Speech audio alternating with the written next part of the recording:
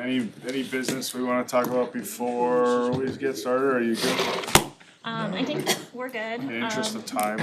Yeah, Last night went late for finance and much later for select. If we could keep this to a reasonable time, that'd be very nice. I'd like to get out of here at the latest 8. I'm sure everyone can agree with me, so, let's try to stick to relevant and important questions. Obviously, if there's important discussion, let's have it.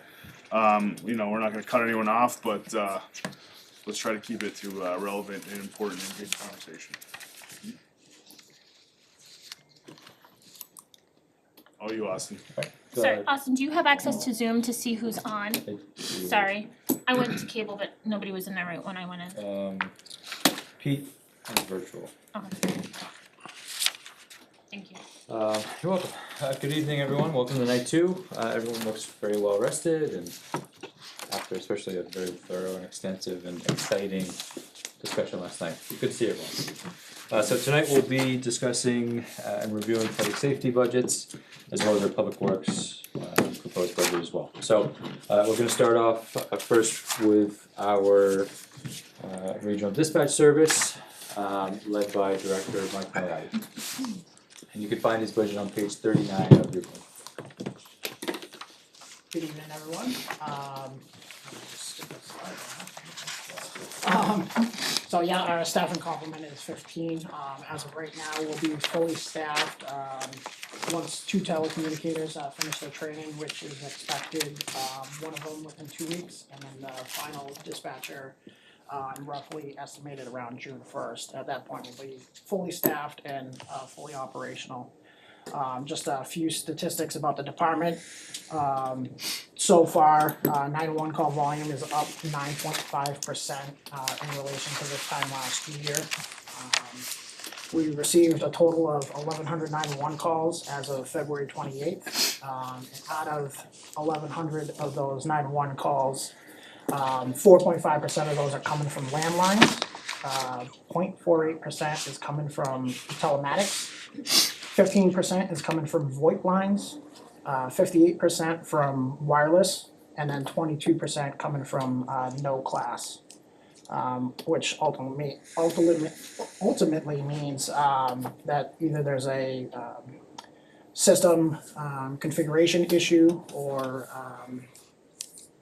a test or administrative call. That's what the no class is.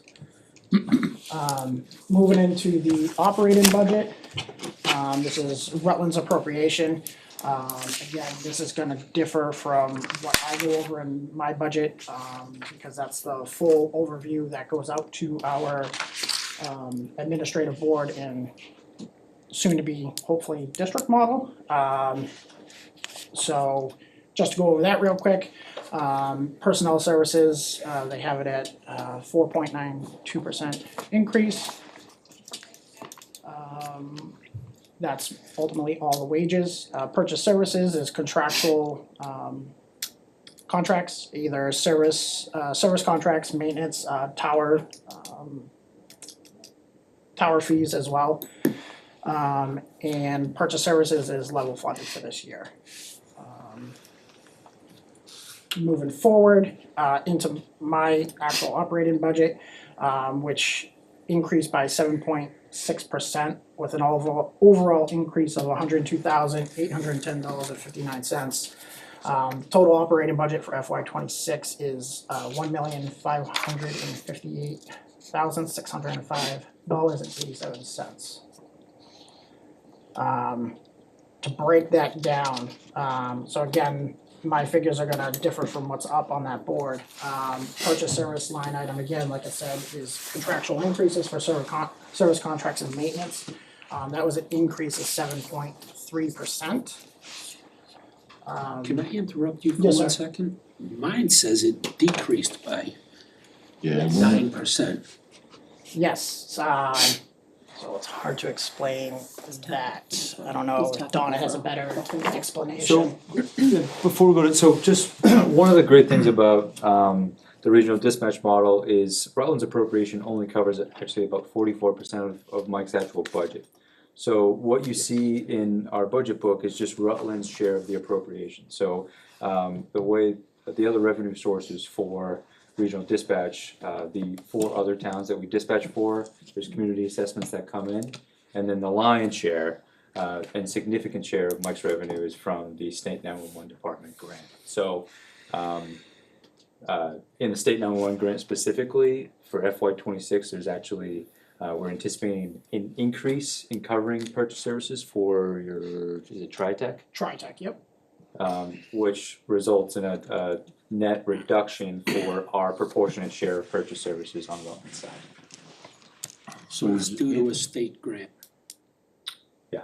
Offset by other funding sources. So is there, Yeah, no, As that- well. is there a place in this book that's explaining his total thing and the towns and what their appropriations are? Oh, pieces? No, no, Okay. just simply due to the fact that, because this is a regional service, the way that Rutland has always kind of done our budgeting, especially on the general fund side, is we have always historically shown our, particular appropriation amounts. We could send you Mike's, budget book that he sends to the administrative board, which includes 10 administrators and the operations committees from each of the, communities, which has all of the detail and line items for Mike's budget. But this is just, Rutland's specific share that we included in our budget book.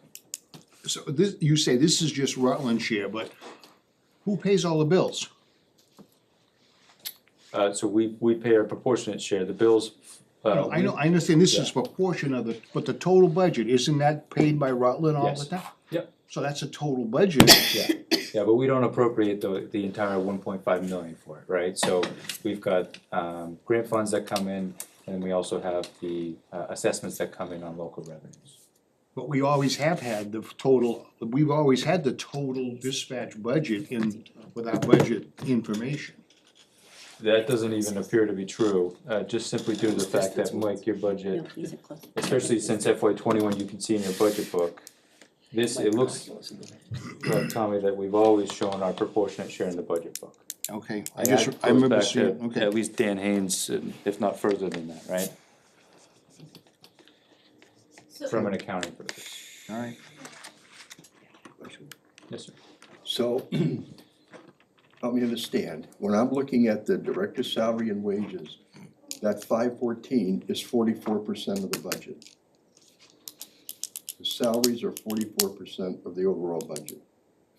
So the salaries, the purchase services, and the dispatch supplies. Yep, so the 696 is 44% of the entire dispatch budget that Mike is gonna spend for next year. So his salary is higher than that.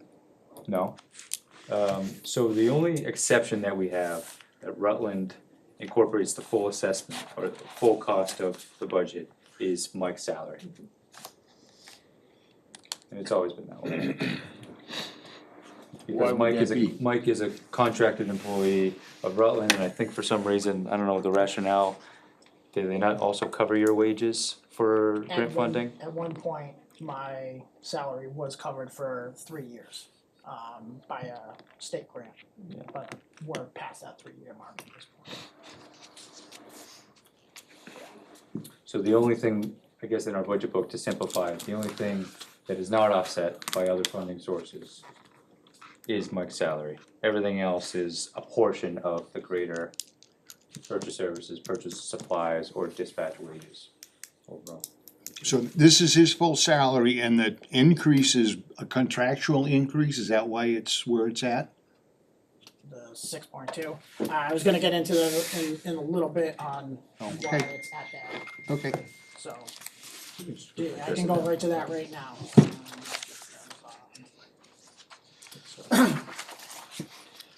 Yeah, so it shows a 6.25% increase. Recent study that was conducted by a regional center in Massachusetts with 31 other regional centers was conducted to put together a salary range for directors within the state of Massachusetts. And the industry standard for that was between 95,000 and 160,000, with the market average being 126,000.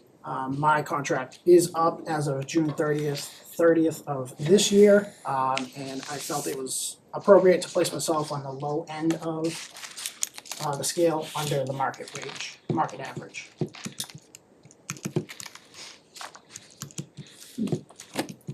I guess,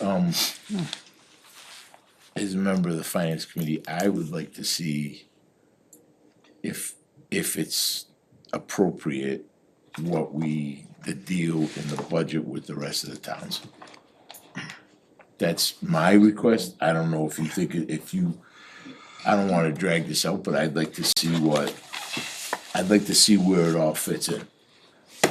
And maybe some other members of the finance committee would like to see it, or selectmen, I'm not questioning any part of it, but I just would like to see it, know the whole package, cause we paid something into it, so we should be able to see it, right? Am I wrong? No, I'd like to see it too. And like Austin said, I can send over my entire budget book to him to send out to all of you. Yeah, if you so can send see it the to entire Tamika, detail. she can get it out there, she's pretty good at it. You know, I assume this won't be the last meeting that you have during this budget cycle.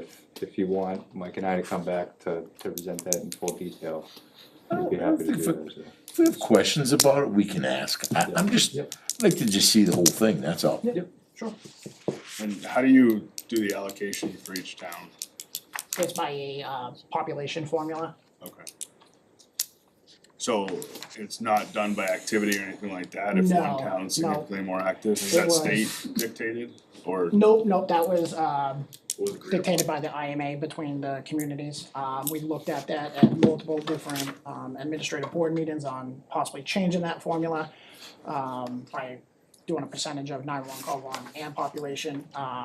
But again, the administrative board stuck with the population. It's more predictable.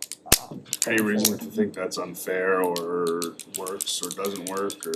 So we see it being used in other centers where it actually decentivizes your public safety officials to not do work. But per se, Axon where they get charged for every incident that they conduct, so every motor vehicle stop they do, that's a cost to the town, ultimately, to their assessment, that's assessed. So that's how they do it, so it kinda makes it so that first responders are not supposed to be proactive in that sense, to not drive up assessments. So we see that a lot around, there's other districts that do just a straight equal split right across the board, everybody pays the same amount. I don't think that would work in the sense around here, cause I don't think OCAM, being one of the smaller population-based communities that we have, would be able to afford close to 200,000, I think, when I split it up equally. I don't think they'd be able to afford that. So, When you do those other numbers or show us the whole pack, could you also include activity percentages for each town? Do you? Based on the emergency calls? I don't provide that, no, but I could. That's what I'm saying, well, based on emergency calls or call services, calls for service, however you classify it. So right now, we do 5 towns, correct? Correct, sir. And that's my dad, that's not me. So this number works for the 5 towns. Do you expect growth? I mean, I think you guys are trying to grow, right? Yep, so And then currently, it just proportionally, I'm trying to figure out how it would affect us in the future if we take on another town. sure. So right now, currently, myself, along with the administrative board, are actually going through the process of possibly becoming a district. Ultimately, that is what all these other communities are looking for. They want a regional center that is district governance. Hopefully meaning everybody has an equal say at the seat. It's not hosted by, like right now, we're a hosted community. Rutland runs the entire show, makes all the decisions. They're looking for a district model where there's a member of each town administrator as part of that administrative board, and they're the ones that make the decisions on what happens with the dispatch center. That's what everybody's looking for. And if we can become a district, we've had conversations with, I think, approximately 7 or 8 different communities at the moment right now. But the sticking point has been our governance model that we're currently under right now. They're looking for a district, that's what we're trying to do quickly. And if we can pull in communities, depending on the size of the communities, once our population, cause I think right now we're at 25,000, total combined, population with all 5 communities. As soon as we reach, I believe it's 50,000, population base, the state funding drastically changes for the center. So more money pours in, to offset the total operating budget. And bigger communities that come in will take a bigger percentage of that budget. So just for an example, if Auburn or Southbridge were to come in, they would ultimately take over the 44% that currently Rutland is appropriating right now. Do we have, And it would reduce assessments for everyone across the board. so do you have the ability to go to the 50,000 number with the facility that you have? Negative. Negative. That's the second phase of the process that we're doing right now. Austin and the town have already done a Feasibility study. space needs assessment, which gave us some preliminary numbers on what it would take to build a new facility. And with that, the state would fully fund that operation as well. So we couldn't expand here, we have to build a new The state will facility. build it, did I They're understand now- that? They'll pay for the funding of the building Yep. and It's build it and put the infrastructure in that you guys Correct. need. the entire. And when does that trigger? So currently in this grant cycle that we just submitted a couple days ago, we did submit for architectural and engineering costs to get the design and basic plans for a new center.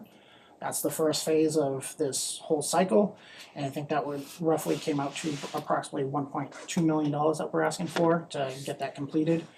So that's the first phase, and then we're gonna come back to the table next grant cycle, which will be next March, and apply for construction costs, and that's part of phase 2.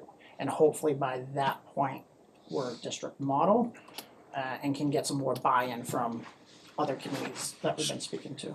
So I guess, and I think it's great, my only, I'm thinking here is so we can make it through a year with the staff in the building that we have. So the numbers that you have shouldn't dramatically change in the next year? Would that be your, you don't? Good, that's all, perfect. Keep growing, it's Yeah, so you awesome. can see what we're trying to do, right, make the center as attractive as possible, both from a governance model perspective and then also advancing to designing a building, right, so we can, Mike does a really good job with his graphics, nice little promotional brochure package, like come to it'll be called something different Something probably. different probably at that point. Come to this new district, we've got a new center coming, we changed our governance structure, and make it more attractive, and like Mike said, every town administrator I've talked to that's interested in regional dispatch, they want the district model. I think the state 911 department is also pushing that as a best practice structure as well. Perfect. Go ahead, Pete.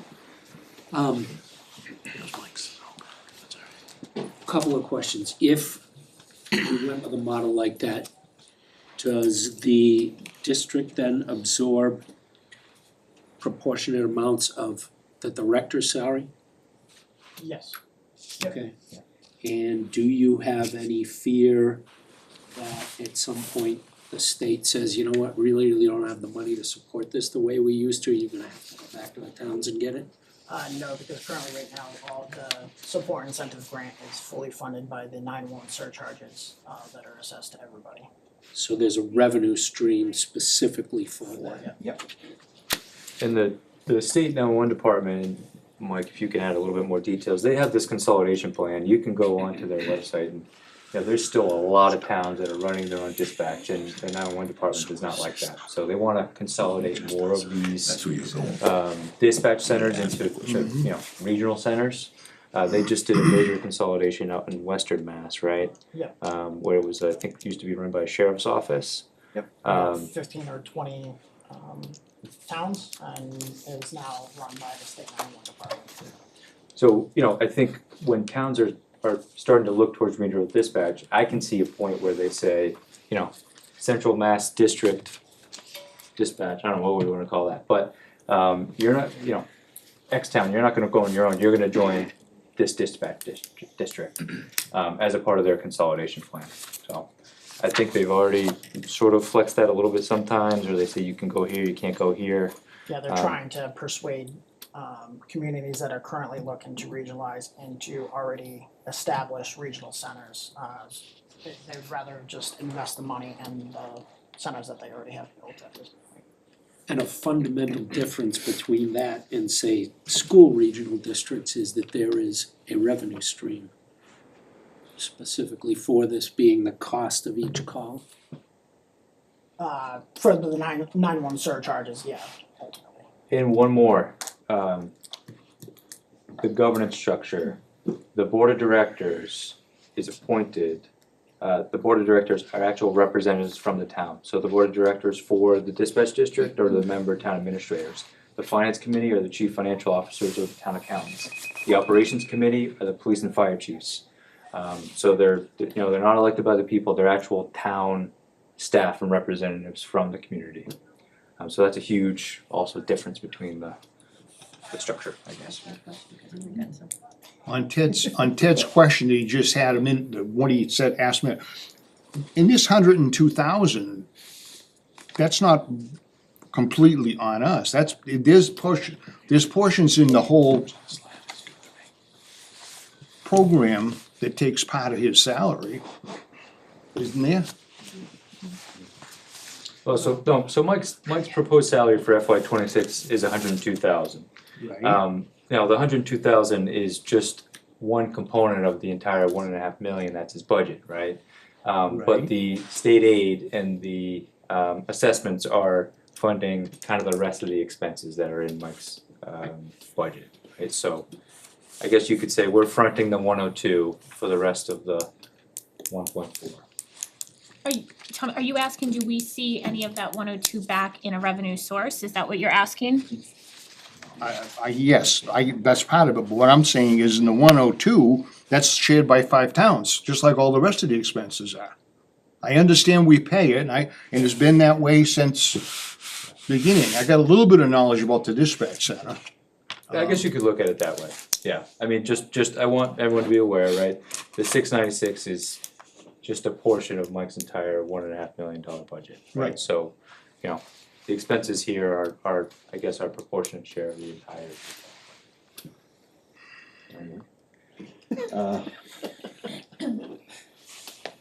Can you do you have an idea, or can you give me a rough estimate with grants and all that, what your total revenue stream is for the dispatch?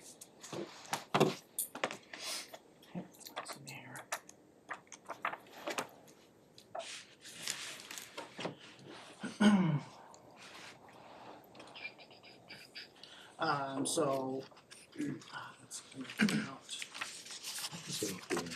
Yeah, so including Rutland's assessment, the assessment fees is gonna total $1,018,732.87. Okay, 911 grant revenue, currently right now is $539,873. okay, so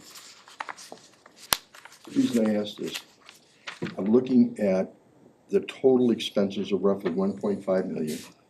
Yep. And you're bringing in roughly the same amount of money in revenue. So you're running basically at a net zero cost to Rutland in terms of balancing? Am I understanding that correctly? No. Part of the assessments was the assessment of the 696. Yeah. When he said total assessments included Rutland's portion Yeah. of the money So that it's we more, pay, so it includes the 696. It's 40% of that 1.5. no, what I'm saying is, so my overall question is, what's the total revenue coming in? And what's the total expenses going out?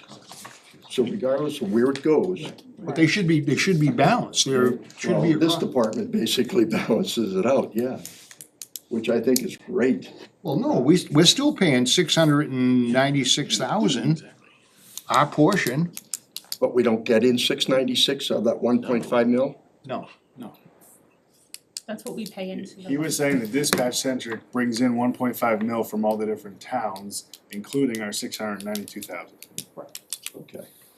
So basically, you're covering about $1 million of that 1.5 roughly. Okay. If we could do that, we would pass that formula off to another department to use that we were talking about last night. Yeah. It would be great. So how many towns do you oversee? 5. 5 towns you oversee. You bring in about $1 million of revenue. You've got a well-trained staff, and you're only asking for 102 for salary. Yes, sir. Can I ask, if we go to a district model, aren't we gonna have additional overhead and additional staff because you're not gonna be able to use Donna and Tamika? So there would be some additional costs to the overall, I'm not saying they're gonna be huge, but there will be more costs. Possibility, yes. Well, you're gonna need an accountant to pay the bills. Yes, yes. And- Somebody's gotta cut the checks to pay the bills. And already right now, we are apportioning some money towards those costs and the indirect costs that are Right. in our budget But right now. if you go to a But there's gonna district be model, more, you won't be yeah. able to, we're not gonna Right, I think- apportion part of Donna's to the district, it's gonna Well, be. so believe it or not, that's, we actually may be able to, I don't know if Donna wants to. But there's actually regional dispatch districts that they'll work with one of their member communities, you know, and use their financial services. So Neshoba, for example, I think uses, is it the town of Bolton's? Treasurer and accountant. And I don't know if they reduced their assessment, by the proportionate share. Yeah, it's not laid out Yeah, in yeah. their actual budget, so I But- couldn't tell you. And that's something that, you know, we're negotiating a draft district agreement, and that was one of the discussions that's come up is, you know, which of the member communities could serve as the fiscal agent, if you will, and can they provide those services? Thanks.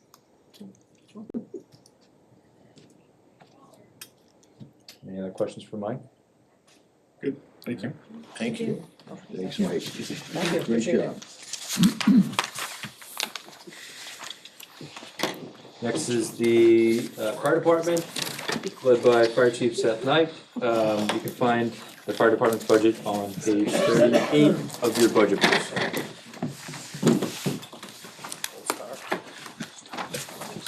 Oh, absolutely, yeah, okay. Thank you for the invitation, through the chair, we'll get going. Okay, So formal. come on. Well, he's wearing a suit, he's gonna act the formal. Well, you know, in another town, I am, you know, the chairman of the finance committee, my hometown, so I know how it goes. Okay, all right, fire department, as you know, we are an all hazards fire department. We do everything from very small, minor things to major disasters. Obviously, we fight fires, we do emergency medical calls, motor vehicle accidents, building and structural collapses, rope rescues, swift water rescues, drownings, body recoveries, we do it all. So we're pretty busy. Over the last couple of years, we've been trying to focus on some SMART goals and to try to move the department in a forward direction and try to use some data to measure ourselves against. Some of the specific things that we're trying to do is we're kind of strongly regulated by NFPA, OSHA, and NIOSH as far as what level of staffing we're required, level of training, maintenance of equipment, things of that nature. Just give you a rough idea, staffing requirements by these three organizations. Put a staffing ratio of 2 full-time firefighters for every 1,000 population. So if we were to do the math, Rutland at 9,700 people, we would need 19 full-time staff. Currently, over the last 3 years, we've been holding steady at just over 16 on a day-to-day basis. For a measured response, we measure our response in time and how fast that we can get to you during an emergency. We're dictated by NFPA 1720 for our size department and our size community as far as what level of response is needed and what level of staffing is needed to respond to certain types of calls. For, you know, bells and smells, you know, the day-to-day operations, small calls, they require us to respond with 6 firefighters arriving anywhere in town within 14 minutes. If you were to bump it up to a single-family home on fire, a single-family residence would require us to put 16 firefighters at the scene of the fire in 15 minutes. Now, obviously, we'll never have that type of level of staffing in town, so, and no town in our surrounding community can do that. So we absolutely rely on mutual aid and automatic aid from other communities, that we back each other up on a daily basis. And it's, over the last 3 or 4 years, it has become a daily basis, that we're in each other's towns, backing each other up, because we're all short-staffed, and that the call volume is just increasing tremendously. One of the other things we're working for is we're continuing to seek out grant funding for recruitment and retention of our current staff. We always want to recruit people in to be a call firefighter, but the problem is we don't give any significant financial benefits. When you get up in the middle of the night for $24 an hour, scrape off the ice off your car, drive a couple miles up to the station when it's minus 10 degrees to climb on someone's roof for a chimney fire, that's where we're trying to get,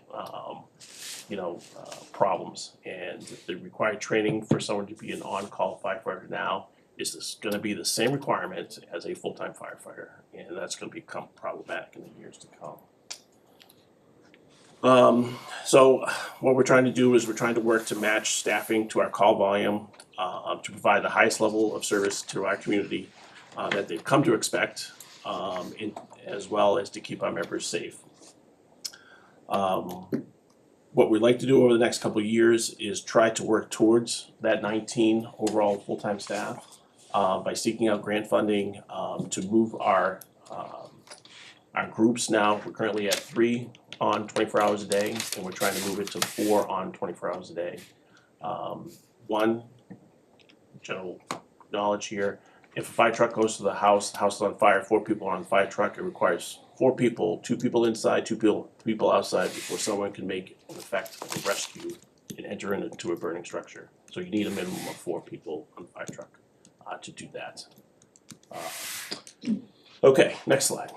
All right, so we're gonna take a quick look back over the last 24 years as call volume is in the bar graph going up versus population growth within the town.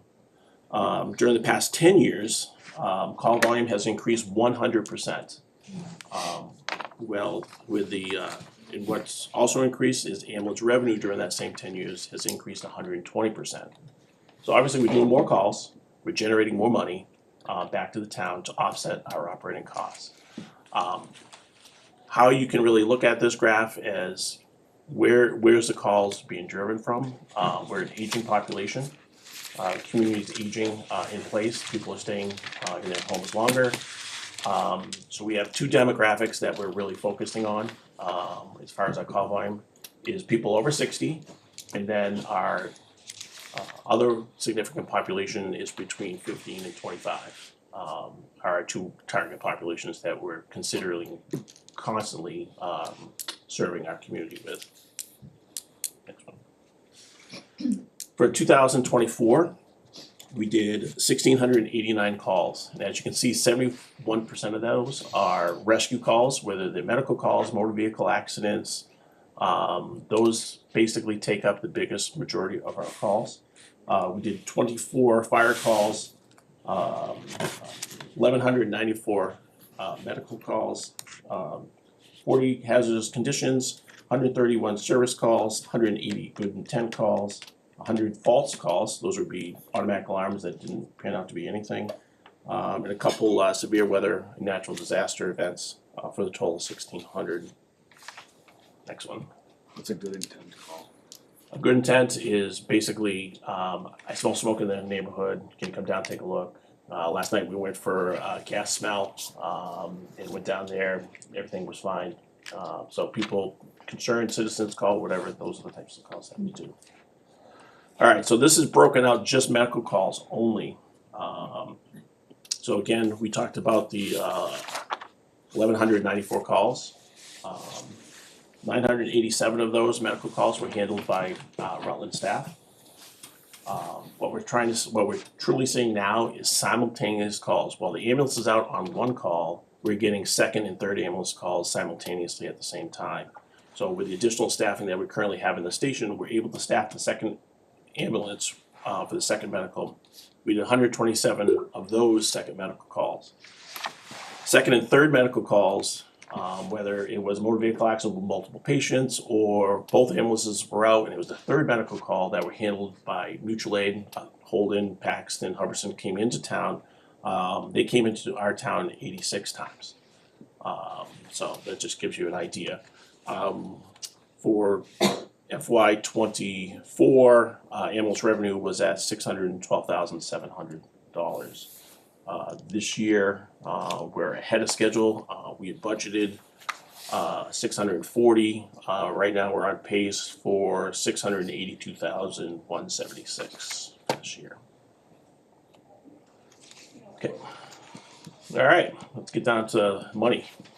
Okay, obviously, we have here is personal costs, and that's basically just wages for all personnel, all staff. Basically, this is contractually driven. This year, starting in July, the firefighters union signed a new union agreement for the next 3 years, so that goes into effect. This is my last year of my current employment contract, and that will be may or may not be renewed. We'll see. Purchase services, again, you can split purchase services into two categories. You have fixed costs, okay? Whether we did one call or 100,000 calls, it doesn't matter. We have fixed costs that are required to do every year. Those are equipment testing, hose testing, pump testing, ladder testing, all those things that are required by NFPA and OSHA to get done. So those are fixed costs. Doesn't matter if the truck moves or not, those things have to be done. Other things that are fixed costs are driven by the Food and Drug Administration and Department of Public Health. Those are our medical equipment, our cardiac monitors, our IV pumps, our ventilation equipment, stuff like that are used on patients have to be serviced and have to have service contracts in place. We have no control over those increased costs every year. So 100% of that increase is directly related to service contracts outside of our control. We do have, go ahead. I mean, I can hold them until the end if you Sure, like. no, you're good. Considering the rise in medical costs these days for equipment, I see 4.78 seems pretty low out there. Do we have good contracts on that stuff, or? Because that's only a 4.78% raise on those purchase services, which are mostly contractual, you said. So those are purchase services with, so our cardiac monitor, we have to use, the manufacturer has to come in and service it, and they give us a contractual agreement that we sign, and they're the only game in town, because we have to use them to do it. But I'm saying, it looks like, medical costs at 5, 10, 15%, and you're only at 4.78. Yeah, again, it's one of those things that, the market bears what the market will, sustain, so. In purchase services, we have variable costs. Again, those are things that are truly driven by call volume.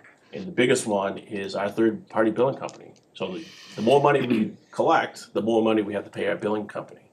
So that's at whatever we collect, we pay them 5% monthly. We've held that steady each year. We haven't increased it, and so that's been slowly chipping into some of other things.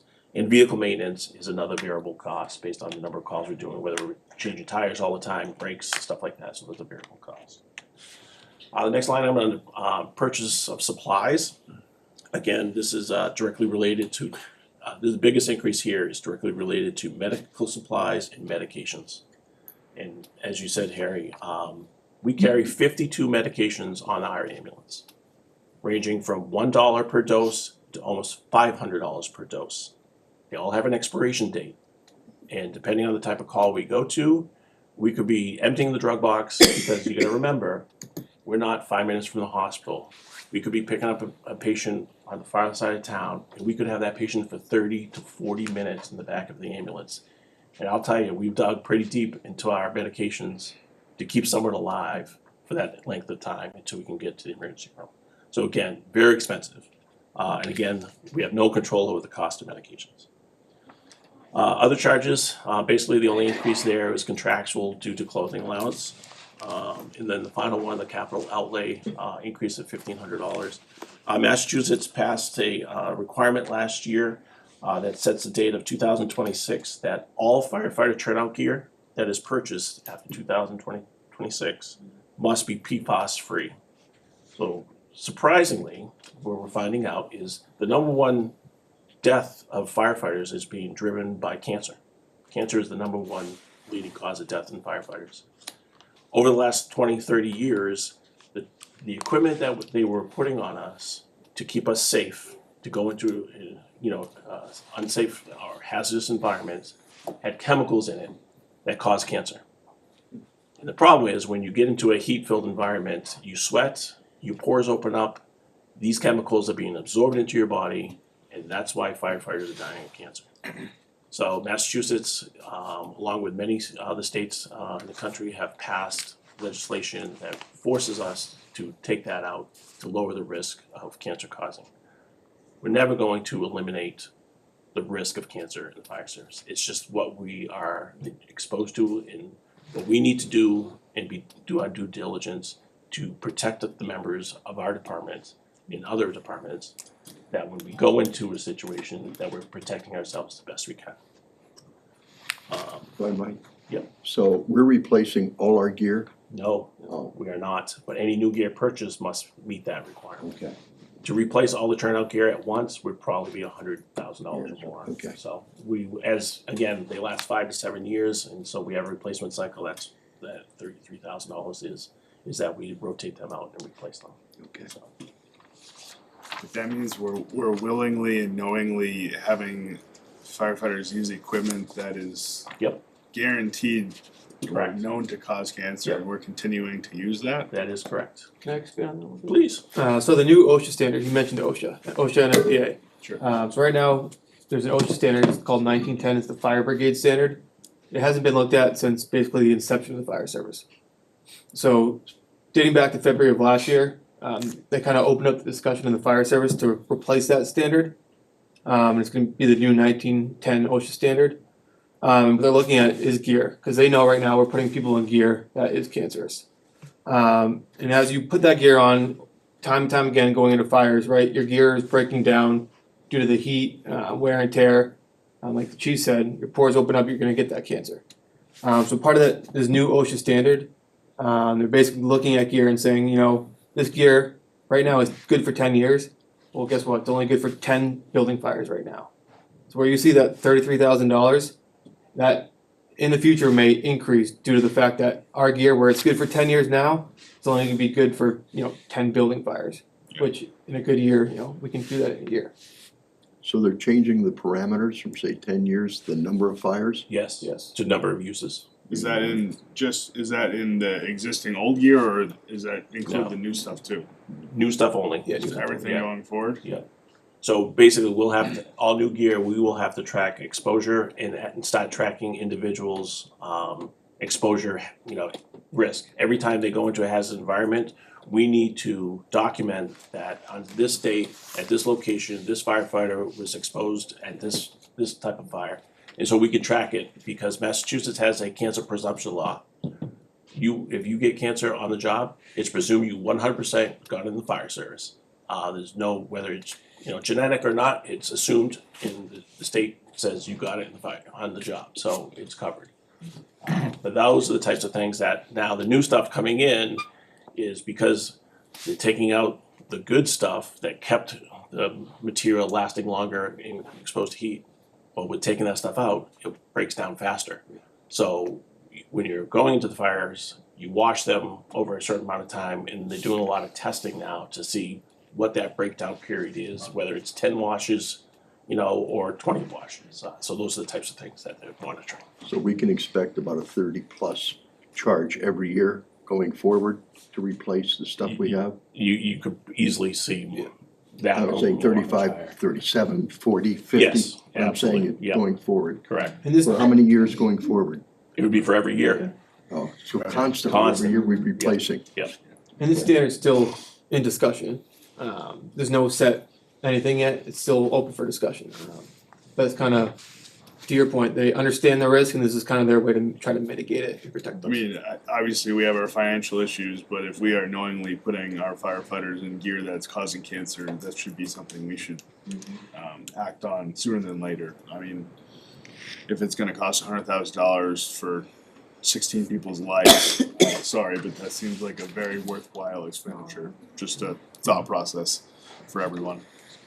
So, We don't need to go into this, but with the increase in mutual aid call responses, it's possible then, if I understand correctly, I don't know how fire gear works, but is it possible then that those, let's say 10 uses could actually be used in a community not our own, and then Absolutely, yes. and our current mutual aid agreements are at no cost, it's just the agreement because we would expect the same in return for us, but so I know we had talked, you had presented to us looking at the district model, and that would maybe take that away from one town like a Rutland that may be better staffed, that responds to more calls outside of our community, is that?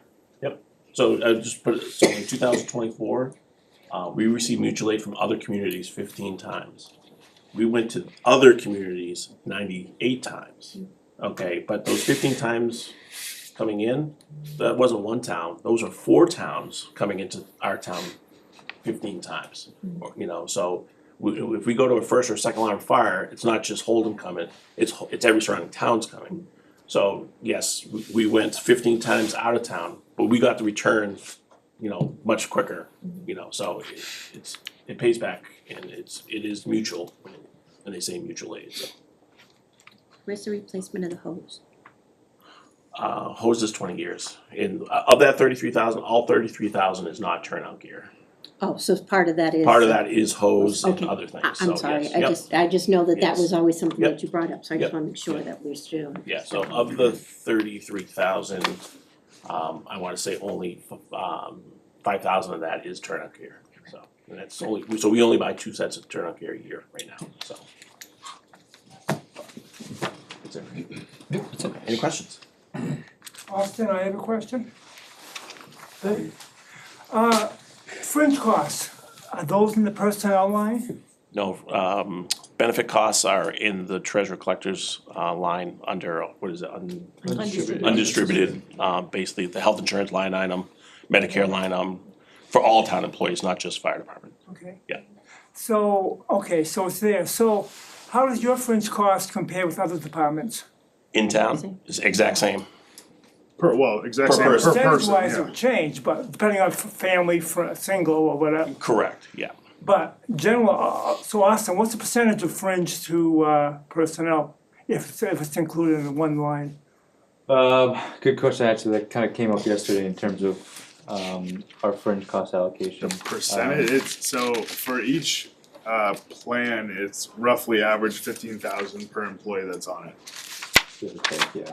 Yeah, so to give you an idea, so for example, for health insurance, for both our active employees and our retirees, the town pays 75% of, the health insurance cost.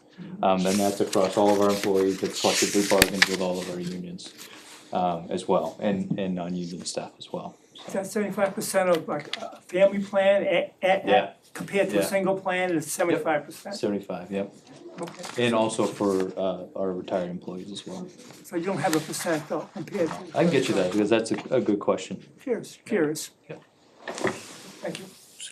Can I give you a shout out real quick?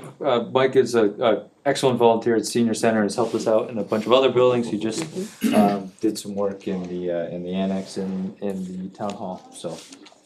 Thank you for being here. Any other questions for the fire department? Can you go back 2 slides? Yep. Just one more, no, come back, to go the other way, one more, okay.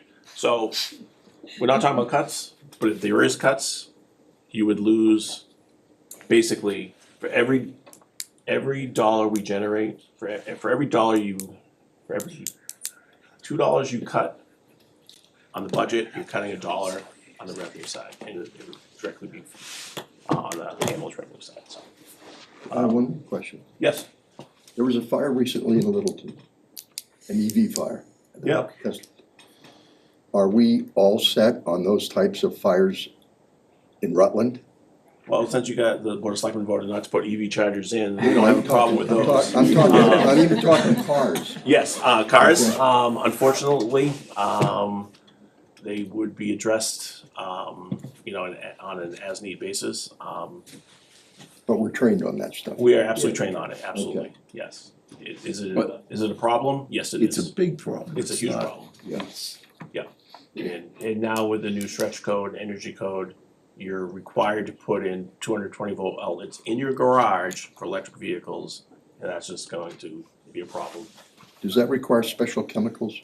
that you What have? out? EV? No, No, okay. no, just a ton of water. Or buried. Or buried, or buried, yeah, Okay. great. Thank you all, thank you. Thank you. Hey, before we go, what was, last night, the select board agreed on a potential override. What was the number that you guys ended up going with? 2.1. Alright, next is our police department, you can find their budget on page 37. Police department is led by Police Chief Nick Monaco.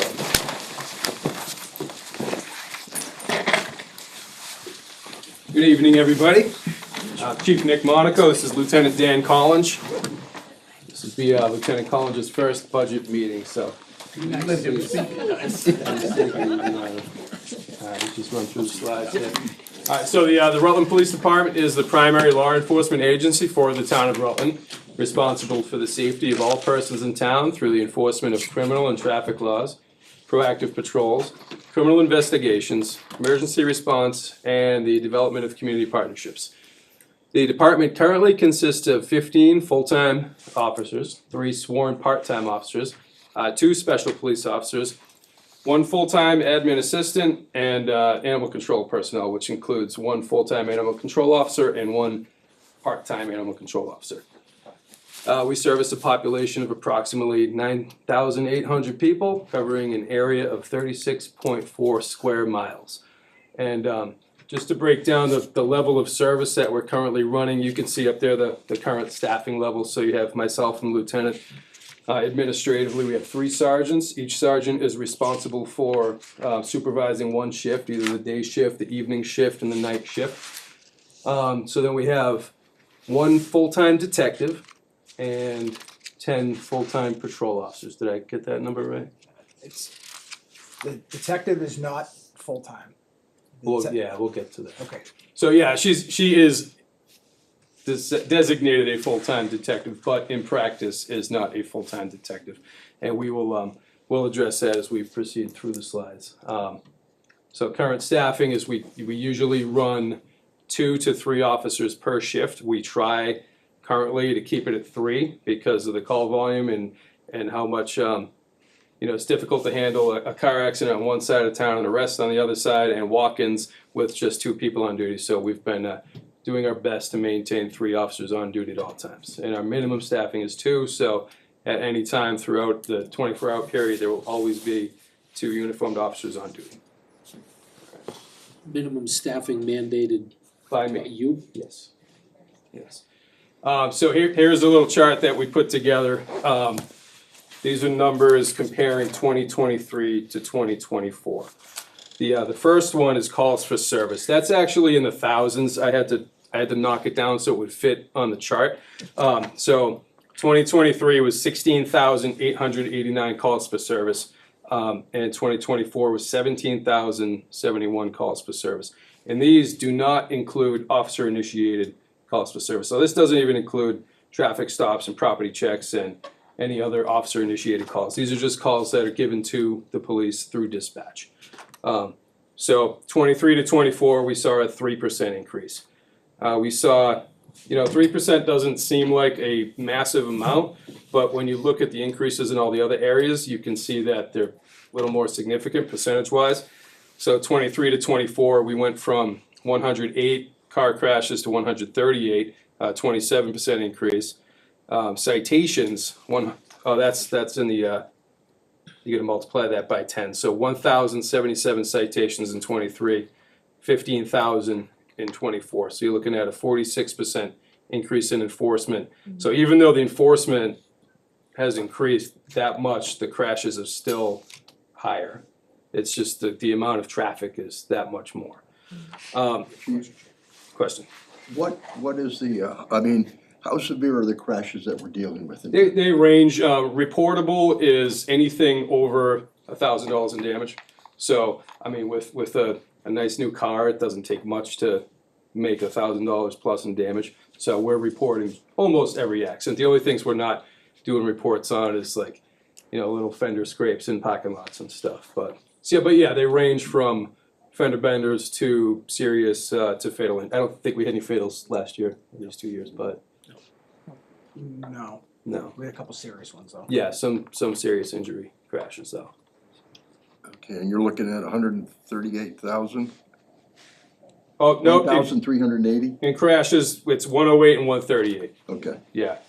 Yeah, like I said, with the calls for service, we had to chop that number down just so it would fit on the chart, so. Okay.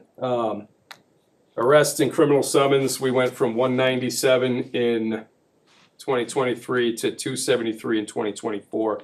And just to let you know, I think we hit, it's the beginning of March and we hit arrest number 60 for this year. So if you multiply that out through the rest of the year, we're looking at like over 350 arrests probably for 2025. Is that because of your warrant Wednesdays? Yeah, it helps, yes. Yeah. On the arrests, how severe were the arrests? They range from summonses for driving with a suspended license to child rape. Okay. Yeah, we'll get into Okay, all right. So, and then incidents, like by incident reports, where basically it's anything that could have been a crime that did not result in criminal charges or any sort of significant event that we needed to document. So, we're up 15% with those as well. As we progress to the next slide, which is, okay, there's the numbers. So that top number, obviously personnel services, is a 5.37% increase from this year. And that is mostly contractual, so that's my contractual raise, the lieutenant's raise, and then the patrolmen also have a built-in step increase in their contract. So that mostly accounts for all that, but also within that is an additional full-time position. And like we mentioned before with the detective, the lieutenant mentioned that the detective is full-time but not full-time. So oftentimes, like I said, we have that 2-officer minimum.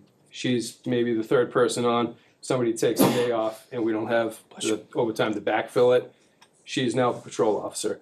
So that her ability to investigate and follow up goes by the wayside and things end up getting backed up and it takes longer to complete investigations and we're not proactively investigating certain things the way we would like to. So as you saw, the amount of arrests from you saw that the percentage of arrests increased much more dramatically than the percentage of calls for service. I'm going to give the lieutenant a moment to give you some highlights on just a few of the cases that the detective worked on in the past year. Hi, everyone. Dan Collins. Part of my responsibility is that I am the commander of the detective division, which means that besides playing administrator, when the situation arises where Detective D'Souza has to go to patrol because we're short someone, a lot of times what she can't cover falls on me. But just to cover some of the highlights, well, I don't want to call them highlights because there's going to be some pretty negative things here that people probably haven't heard before that we've dealt with this year. It's been an awkward year. We've been really busy. Our most important case was we had an attempted murder where someone was stabbed and left partially paralyzed. We secured warrants against 2 suspects. They're in the run in California. The U.S. Marshals are handling that. We handled a gang called the Felony Lane Gang. They're from Florida. They've been menacing New England. We've had multiple car breaks. They mainly go to local parking lots. They steal your ID, and then what the gang does is they take drug-addicted females, typically prostitutes. They put them in wigs and stuff and make them look like the person on the license, and they send them in. So very proactively, me and the detective were able to find a couple of these guys. We actually made an in-progress arrest of a theft from a bank in town. It ended up turning into a very large thing with a human trafficking investigation, so it ended up being very big where the feds are into it. We had a very large cryptocurrency seizure where a resident came and said they were scammed out of $30,000. This was posted on our Facebook. I'm sure some people might have seen it. As part of that, with the assistance of the FBI, we were able to seize the account. We found about $130,000 in there. There was a total of, I think, 15 victims over 8 states and Canada. So we're able to get all those people their money back and find where the person lives and the street, but it's in Laos and they don't play with America. So that's that. We've had 8 sexual assaults investigated this year, ranging from full investigations all the way up to indictments on the news, and some were unfounded. In context, sexual assault is unfortunately my specialty. That's not where I wanted to go in my career. I've investigated more than 20 myself. The average sexual assault takes 80 hours of manpower for one person to investigate. So if we say that we had 8, that's 640 man hours right there. If the detective works 2,000 hours a year and only works at part-time, she works 1,000 hours in detectives a year. And 640 of them could be accounted just for the sexual assaults. I will say a few of them, she's put well over 100 because they've involved juveniles. She goes a little harder on those. A large stolen dirt bike ring, we were able to break that, Detective D'Souza specifically. An organized crime crew out of Brockton, Massachusetts, we were able to charge all of those people. We did have a kidnapping this year. A person was held in a house down off of Route 122, I don't want to get into specifics, for several months against their will. They were able to escape. We were just about to indict the suspect, and then he died. And just this week, we had a resident come forward that is a victim of a $1 million fraud, where he was convinced to go to Burlington, Massachusetts, get $1 million in gold, and then people came to his house and took it. So that's wide open right now, so that's gonna take some of my time. So that's time he's spending on assisting the detective, who's spending her time assisting the patrol division. And that's our reasoning for the additional officer. It's really just to keep staffing levels normal while she can focus on investigatory duties. And I know one of your questions is gonna be how you're gonna add a position with only a 5.3% increase. Well, this current year's budget, I know the contracts have the sick buyout for retirees. So we have somebody that's within retirement age. So we had been budgeting for that payout in the event that he decided to retire this year. And I believe that the town has added those payouts to a different line item within the budget, and also put wording in that those notifications need to be made the fiscal year in advance. So we no longer need to budget for that payout in the wages line item. So hence the reasonable increase with a very valuable addition of another officer. As far as purchase services and supplies and other expenses, you can see that everything is just about level funded. Purchase services and other went down, I believe just somebody might have been rounding that number off, so it looks like it went down a bit. And then the supply cost is up only because there's a contractual increase in uniform allowance cost. And for capital outlay, you see a bit of an increase. We will have 2 cruiser lease payments next year, which will be it'll be year 2 on a cruiser that's being purchased this year, and year 1 on a cruiser that'll be purchased next year. And obviously the increase, we're currently budgeted for 2 lease payments, but the cost of the cars went up, hence the increase. So, I believe that's it. Do we have any questions?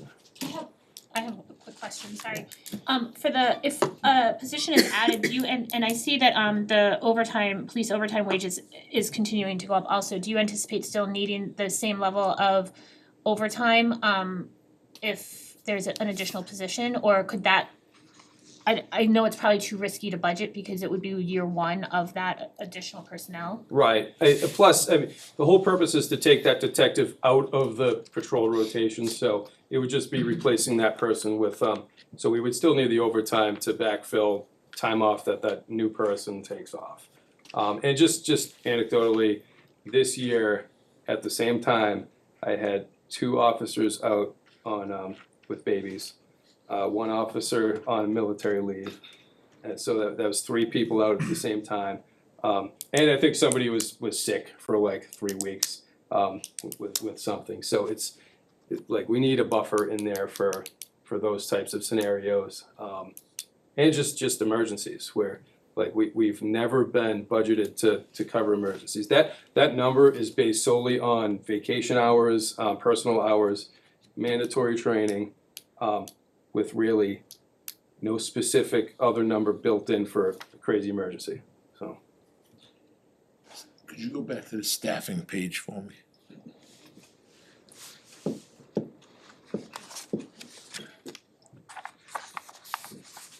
Ideally, chief, where, I see 18 and I see 19 for 26, where would you like to be? We would be comfortable with the current population, with the At 19. 19, So okay. full-time would be 16, that would be, and then we'll maintain a 3 part-time, so that would be, So you're Yeah, 19. good staffing if this goes. yes, Perfect, that's all. for the time being, yes, sir. Chief, thank you for being here. Thank you for having me.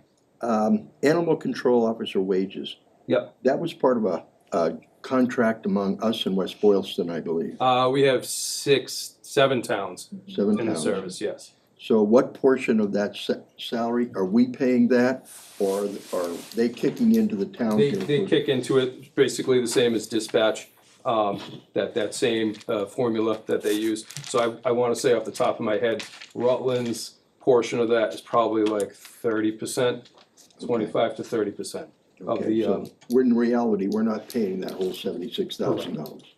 Okay. And what about the animal control assistant wages? Are we paying all of that? or it's is that- all the same. The whole animal control budget gets added together, and then each town gets an assessment from their, Okay, based on their population. So to give you an idea, Harry, for FY 26, we'll have budgeted 93,000 in assessments from other communities. okay. Well, nice. Thank you. Yeah, with the, the cruiser leases, have we got rid of those ones that had the broken wheels and the twisted wheels? Yes. Those are all gone? Yes. Okay. Yeah, everything in the fleet is functioning appropriately, and we've gotten to a point where we've been able to pass down cars to other departments. So the DPW has one of our former cars, Not the bent wheel ones? not the Ben Wheel. No, we gave. Well, it's funny you mention that. Yeah, we had one that they didn't want to fix for us, but then once we gave it to them, they fixed it. But that was before Chris was around. So before Chris was the director. Okay. And then dispatch has one of our old cars as well. So, and then I think if we get this new car, we were going to pass something down to the building department. Inspectional services. Thank you. Good. Well, actually, just through the chairs, are you okay with questions from the public? Yeah, I should have asked you last time. I'm a volunteer, I'm not the public. Anyway, how does the staffing on the police station compare to comparable sized communities, say around Massachusetts? Around Massachusetts, we are low. Around Central Mass, we're about average, I would say, yeah. So you said you felt comfortable with the, If we have an additional position, we will be adequately staffed, okay, you know. okay. And one further question, when somebody retires, what are they paid out? Like you said, you were budgeting for payouts to people who retire. Sure, What's so- included in that payout? So the payout specifically talking about is a payout of unused sick time. And the calculation that they use is years of service turned into a percentage of the sick bank. So if you have, hypothetically, if you have 1,000 hours in the sick bank and you worked 25 years, you would get 25% of that 1,000 hours pay. So. Chief, how much of an increase in population in the town would cause you to want that 19 number to go up to 20 or 21? I'd say after we got past 10 to 12, then we'd probably start looking for more. 10 to 12,000? 1,000, yeah. So we Yeah. could absorb another 1,000 people with one more With person? current staffing levels, and I mean, like I said, look at the accidents are going up dramatically, even with dramatic increases in enforcement. So it's like your calls for service, especially traffic related, are just gonna keep increasing. I know that the fire chief was talking about like a nationally required staffing ratio that doesn't exist in the police world. if you do some research, you'll see that nationwide, it's about 2 officers per 1,000, but then if you look at other studies, it's about, they change it between population, like small town compared to urban areas, you know. An urban area might have 2.5 to 3 officers per 1,000, where a rural, suburban community may have 1.5. So, right now, if we're talking just full-time officers, we're at that 1.5 level.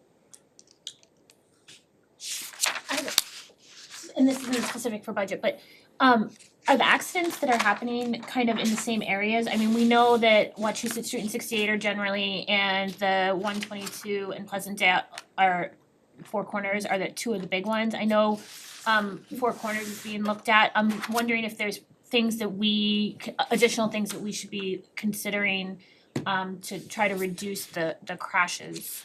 Yeah, I mean, we can, we've been working with our officers, we've been working with Chris on traffic signage and patterns, and, we did that big thing with the school, with the, changing the traffic flow at the school, and that kept all that traffic off of Main Street, which I think, contributed to reducing crashes in that specific area.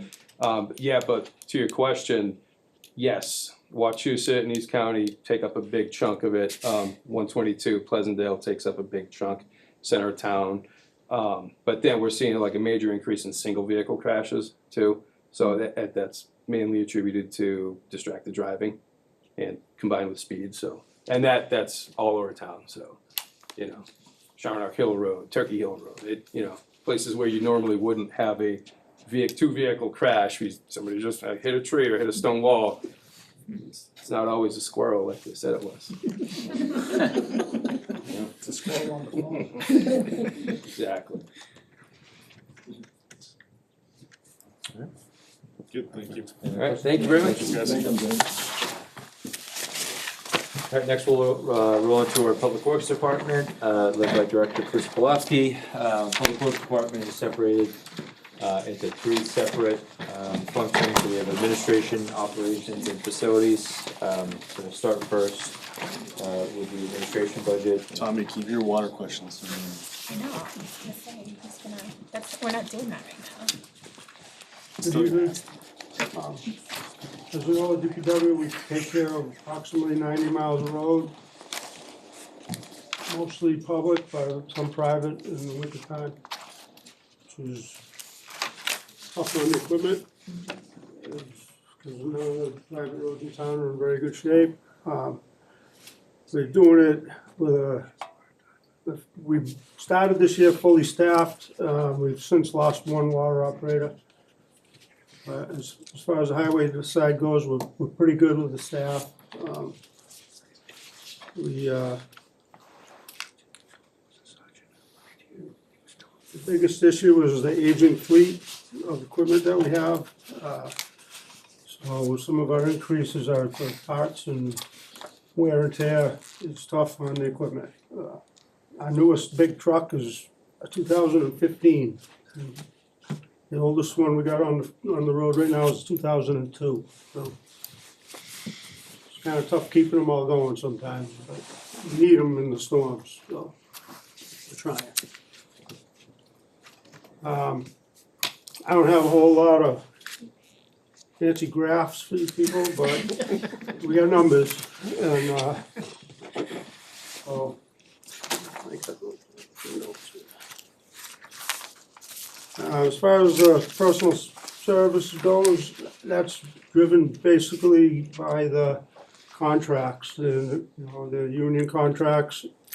There's a 5% across the board this coming year for step raises, and that's what, between that and the stipends and extra stuff, that brings that's that increase. A lot of the other stuff, we tried to keep it level funded, because we know what the situation is, so. Chris, what drives your overtime and standby? What drives the expense of your overtime and standby? Well, it depends. If it's snow and ice overtime, then it's obviously the weather. The other overtime, standby is we have to have somebody on call every weekend from Friday afternoon till Monday morning for, dispatch calls, a tree down, or any kind of, could be many different things. A lot of it is driven by, is calls from the sewer pump stations. So somebody's on call every weekend, every, at least 2 days, every Saturday and Sunday. And again, on holiday weekends, it's a third day, so, So one of your staff is always available every weekend, yeah. holidays? Yeah. Same, okay. Yeah, same thing on a holiday. Holidays in the middle of the week, that person is on call from 3 o'clock in the afternoon till 7 AM the following Okay. workday.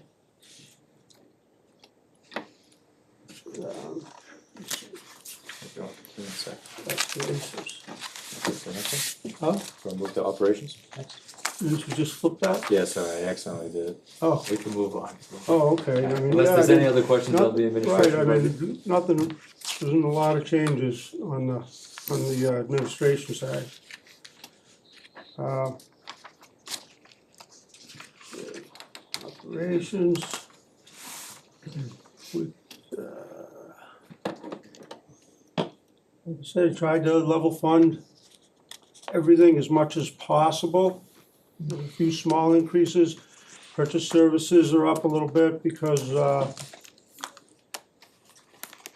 it costs more to have people come in and to repair boilers, or when we have to call somebody for repairs for any of the buildings, or if we have to send a truck out, it's over $120 an hour now for anybody to even think about looking at a vehicle if you bring it there. And, it's just, prices are crazy. And this budget also includes snow and ice. So the purchase services is private contractors that we hire for extra snow removal,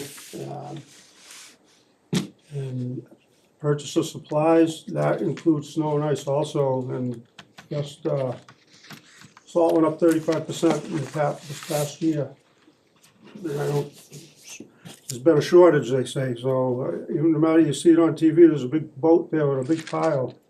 They keep telling us there's a shortage, so we've been able to get it, but it's not getting any cheaper. I mean, and a majority of that purchase of supplies is snow and ice related.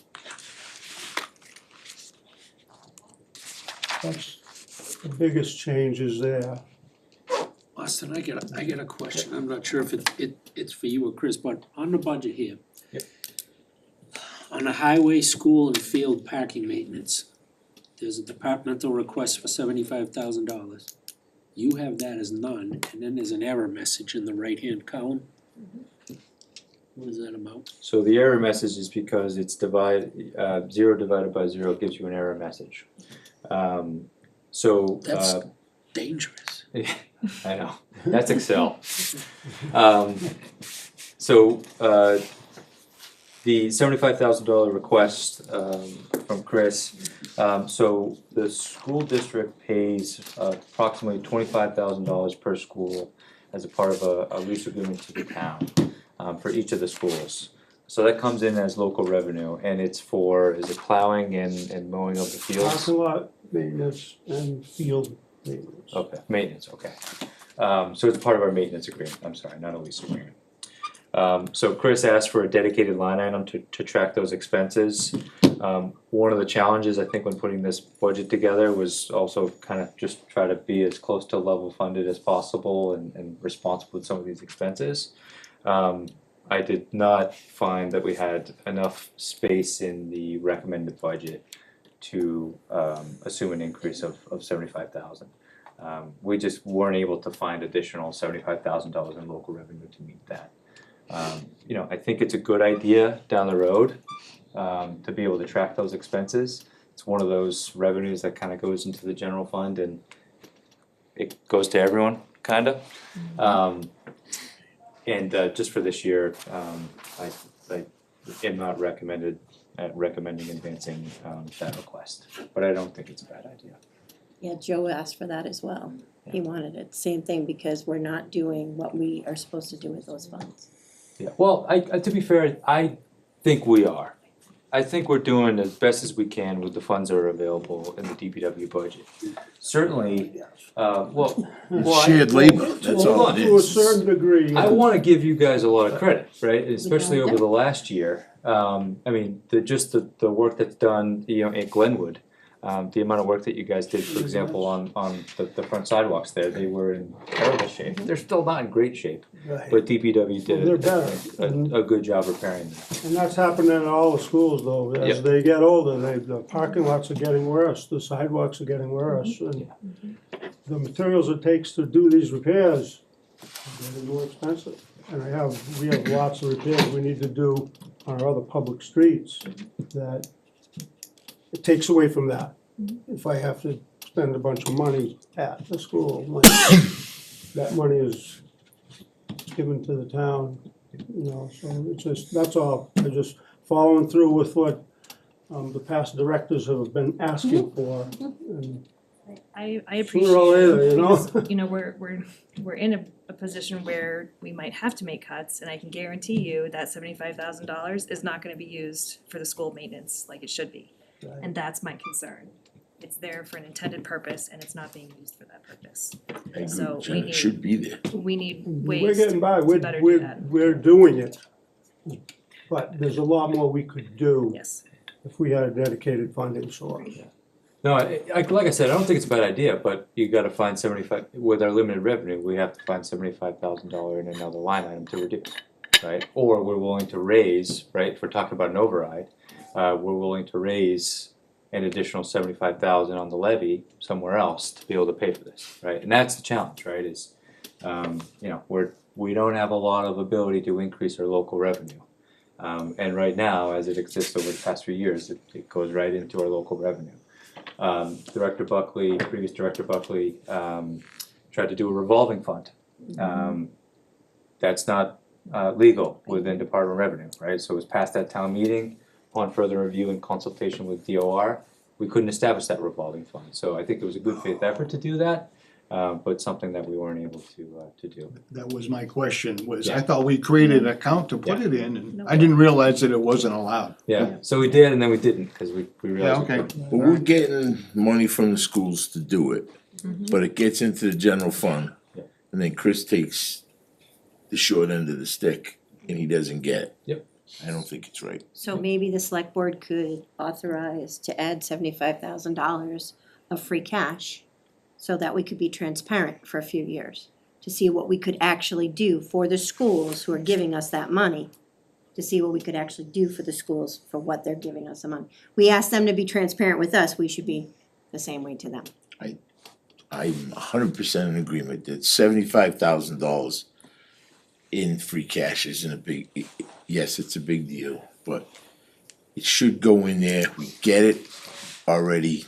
I think it's a travesty that he isn't getting, I mean, it's $75,000, but he's taking it from someplace else.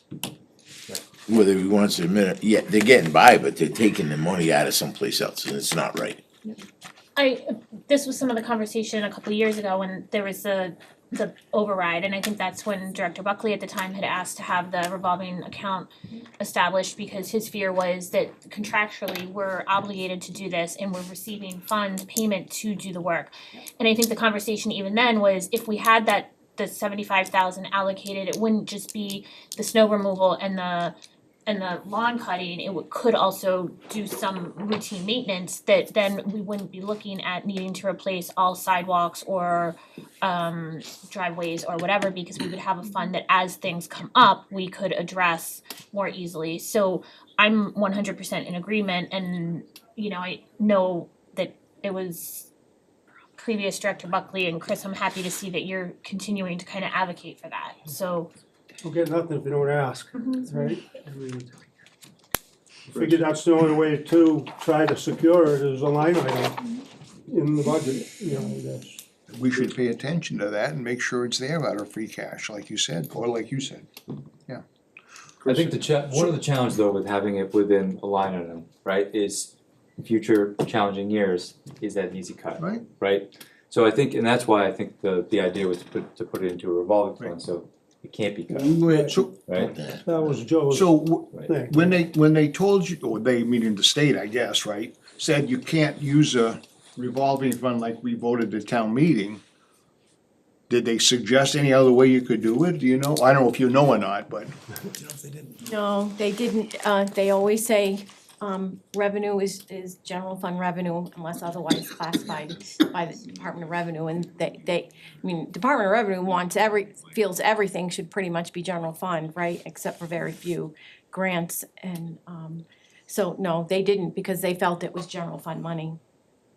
Can we do something like in our financial policies, add something to say there's, to Karen's point, pass an article at each town meeting that says appropriate $75,000 for this purpose? So I kinda just asked Donna that question, the challenge, I think so like one article, right, and then you just keep adding money to that. I don't know if we could do it that way, right, it would just be a bunch of different articles every year, right, is that kinda how it would work? I think the best way would be that it would close out each year, you know, and have a new one, what, you know, if the expenditures were there. Right. I don't, because again, we're not supposed to have something continually rolling, right, it's, but I think the I best mean, I'm way not, I don't necessarily know the whole history here, but I don't think, I think when the well, in other communities that I'm aware of when this came out is, the communities were already doing this work, and we went to the school and said, wait a minute, we need to be reimbursed, and there was an agreement with the 5, so I'm not sure that the whole 75 was not in a budget at any time. Did that make any sense? Yeah, it probably was at one point, and then the budget probably got cut 7 times since then, so like it maybe originally was, but it ain't in there anymore. One thing, you know, one idea that just quickly I'm thinking of possibly is maybe do an appropriation from you know, free cash or something every year to an article like we just talked about, so instead of from the budget or something, you do free cash or. Yeah, but if you're, or you what's the transfer to difference capital between putting in an stabilization article and use it putting in there. a line?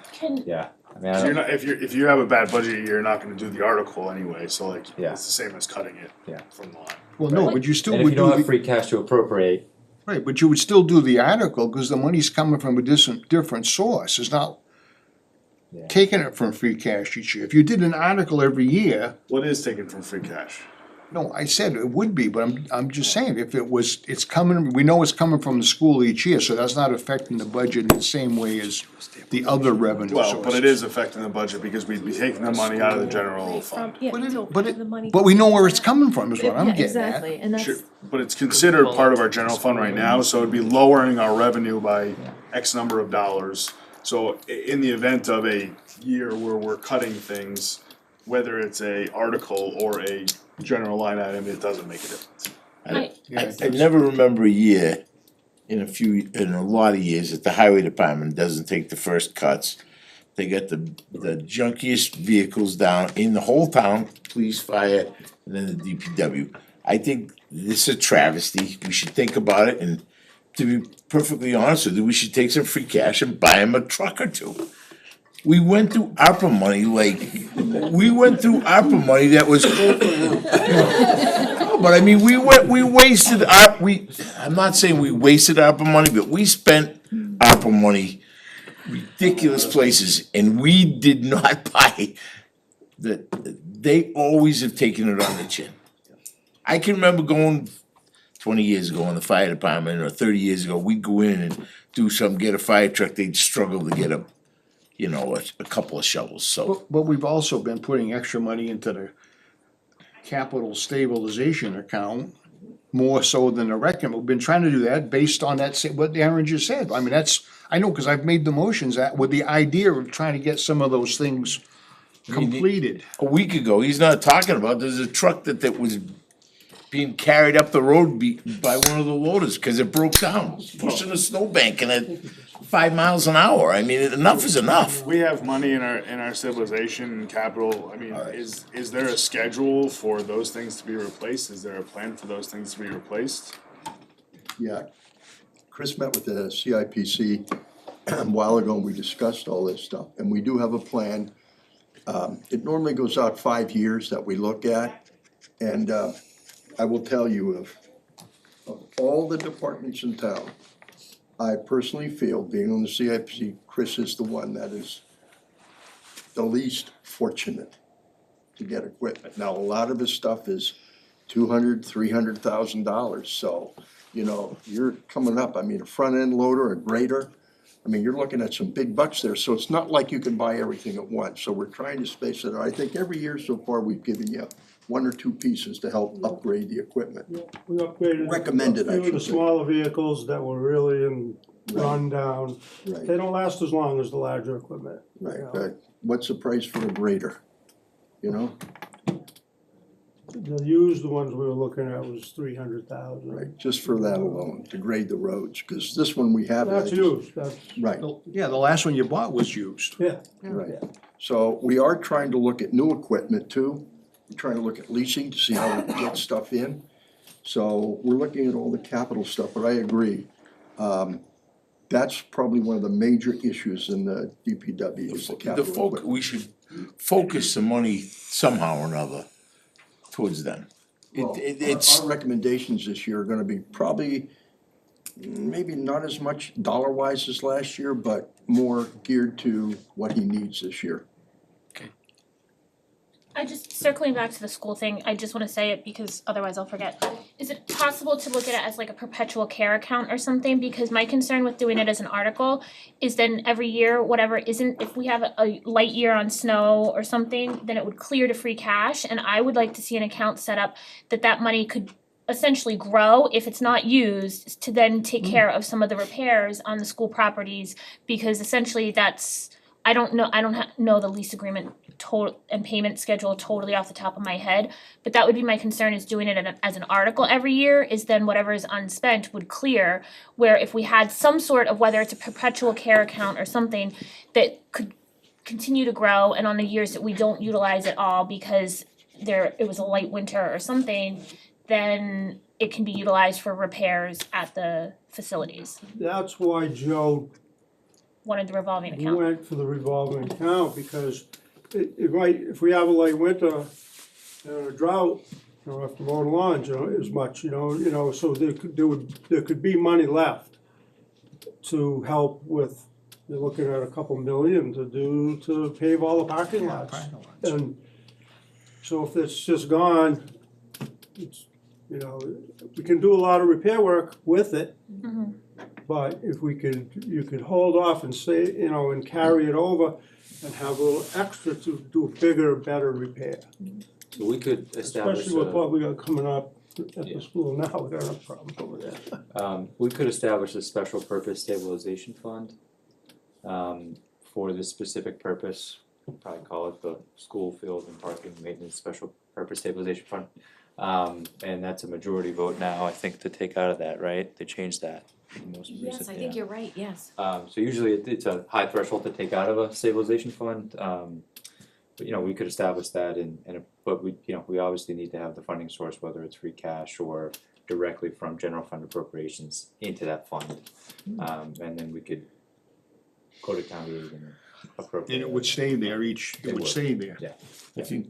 I think we can come up with something by the time the town meeting comes around to We could. do something that's more equitable for these guys. Yeah, let's do that.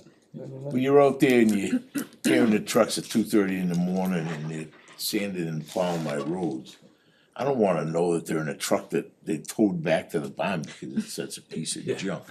And I want them to we gotta start doing these things. So would that was a town meeting vote for that revolving, does that need to be rescinded by a town meeting vote, or is that just? No, it's a bylaw request, and once it went to that process, it got denied, so it's just, it got It's off the stopped. books? Yeah, it's off the books, yeah. Okay. Chris, if we set up that fund, will it require additional personnel? Or can you use the same people you have? No, we'd use the same people, we just send, move around, and you got a couple months in the summer with no students around and no traffic over there, that's when we can do those kind of repairs, you know. This time of year, we just try to keep them open so that they don't have a delay. hate delays. Can I ask why Yep. we went up so much on Wachusett Greenway? Yes. It's a tough budget year, we went up. No, so believe it or not, we didn't do a good job in prior years of including our expenses, so this should actually be renamed. This is Wachusett Greenways, so we give a contribution of about $1,000 to the Greenways. And then the remaining, an additional increase is our assessment to Wachusett Earth Day Recycling Center in West Boylston, so as a member community, it's, I don't know, is that, yeah. Just $6,000. And Can you rename that account so that people will be able to see Yeah. that, Donna, Yeah. in the system? I just didn't know how else to No, ask no, for no, without no. going to see her about No. another line item, and that bill just, it's, Yeah, just hits you and you gotta pay for just it. comes down to me every year, and, you know. Figure it out. Yeah, we pay the trash bill, so that should be part of the trash bill, and that's how it just always has, but that's, I don't, you know, think it's. We're trying to save you a couple questions at the town meeting, and we don't have to debate that for an hour and a half and spend millions of dollars on something else, so if we change it now, maybe we have a chance. That's so very true. Oh, yeah. Do we know how many residents use? At the top of my head, no, I don't know. We do receive an annual report. Rutland is actually pretty active. We have Mike does everything. Mike also volunteers at Wachusett Earth Day. I'm the treasurer. He's the treasurer, so maybe, do you know? What was the question? How many people from Rutland use the recycling center? I don't know that specifically, but the allocation is based on population, similar to the police or whatever, no, it was that call center. Dispatch. And Rutland's based on population, I believe is the second most populated community in our 7 community area for the Wachusett recycling. So, can't give you an exact number, but it's that all 7 communities use it extensively. I don't know if everyone's been down there, but it's a pretty impressive operation. And they do an excellent job, and they do provide us an annual report that we also, on behalf of Rutland, have to file with Mass DEP for a particular tonnage for Rutland's usage of that facility. They actually have a handle on the situation, because when you go in there, there's cars, and they keep them moving, And they're always lined up out to the gate, right? Yeah, and so there are a lot of people using that. Yeah. And it's still, to get rid of certain stuff, it's not like super cheap, but it's cheaper than calling your trash hauler and having them come out and pick up that, you know, but. But they probably would have an answer, cause when you get to the person, first thing you ask you, what town you from? Oh, no, they do. And they put it Yeah. on the screen there, I so. can get those numbers, cause they do send it to us, and I can. I would be can get curious, that. yeah. Yep. If I might, one of the things that doesn't show up here is the hard work that Chris does to try to get money that the town hasn't paid for, like grants and so forth. And recently, he was able to get a grant for the salt shed, which was gonna be a little bit expensive for us if we had to buy a Of new course, one. yeah. So, DCR. thank you for that. Salt shed, I think that's $20,000. Good, Grant. very good. So I'm not asking, but Karen asked me to ask this question. Going back on the purchase services, the 16,000, it says change 16, what, can you just explain that or tell us what that is? For town garage purchase services, going from 48 to It's 65. the cost, it costs more to have people come in and do things like boiler repair, building that- repairs. Yeah, it's an And it costs a aging, lot it's more an money to aging get the fleet building, fixed. and we're starting to have a lot of problems with You the answered doors that. and the drains and the, you know, and Things cost just more. to come in and have the asset, it's very expensive to have them come in and clean the oil traps. Oh, okay. Just to see on his phone, Karen. I'm like, Good job, I wrote Karen. that down. He covered that, it's not like I knew that off the top of my head, he I'm covered good. that. Any other questions on operations? Alright, so we'll, Chris, do you have, the fluid that you put down on the roads, does that affect the amount of salt that is needed? Or does it change your budget in treatment? that respect at all, or? It doesn't really change the budget, but it does reduce the amount of salt we use per storm. So, I mean, obviously, yes, it saves us around of sanding. Okay, in the storm, if we're able to pre-treat all the roads, when we come in on a storm, instead of going out sanding, we'll go right to plowing. So that saves us 100 tons of material yeah, per storm. well, yeah, okay, all right, So overall, yes, it helps. yes. Depends on the year, though. This has been a tough year so far. So what do we have to say? Yep, so final budget for Chris is the facilities budget on page 42.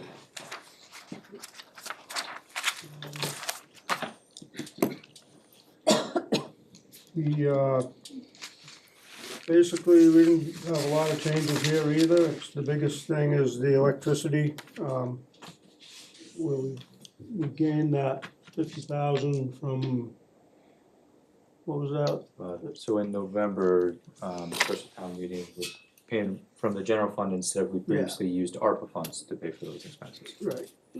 And that goes towards, we're gonna focus that on the electricity, because the other purchase services for all the town buildings is for heating fuel and, water sewer bills, all that, and we were doing transfers at the end of the year just to be able to fill the tanks towards the end of the year, to keep them going, so. It's only 1%, yeah. I've got no questions. Under purchase of service, public safety building purchase services. What's included in that?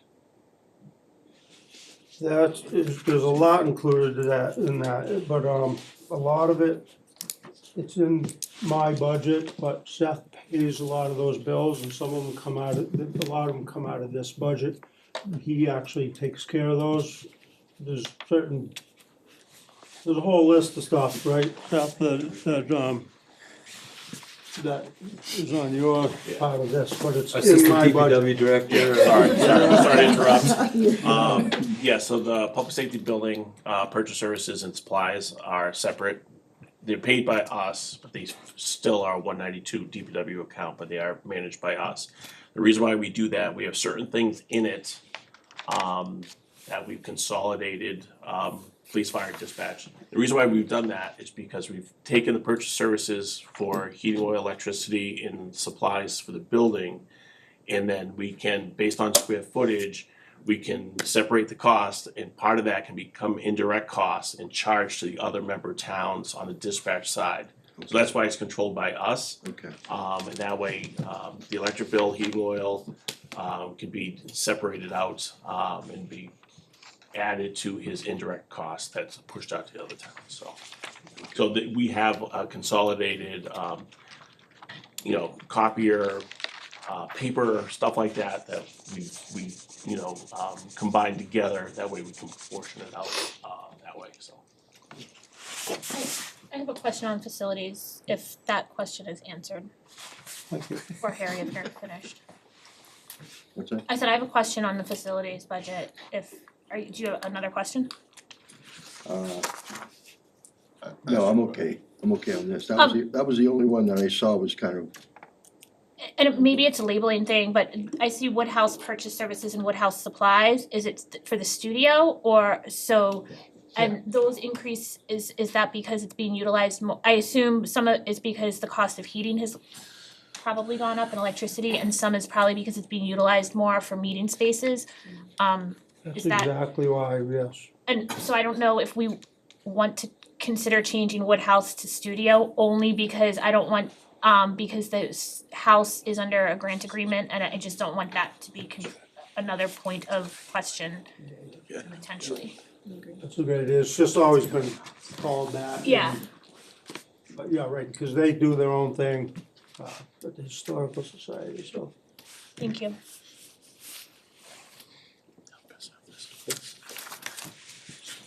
Any other questions on facilities? does the clock still work? Yeah, I put a new motor in it this past year. Did you? I was gonna say it rings, 5 minutes to 6. That's my dog. Okay, thank you, Chris, appreciate it. Thank you. If it stopped, I wouldn't know what time. No, we're not gonna go over water and sewer, Tommy came tonight to go over water and sewer. So we wanted to spend these 2 days to go over the general fund.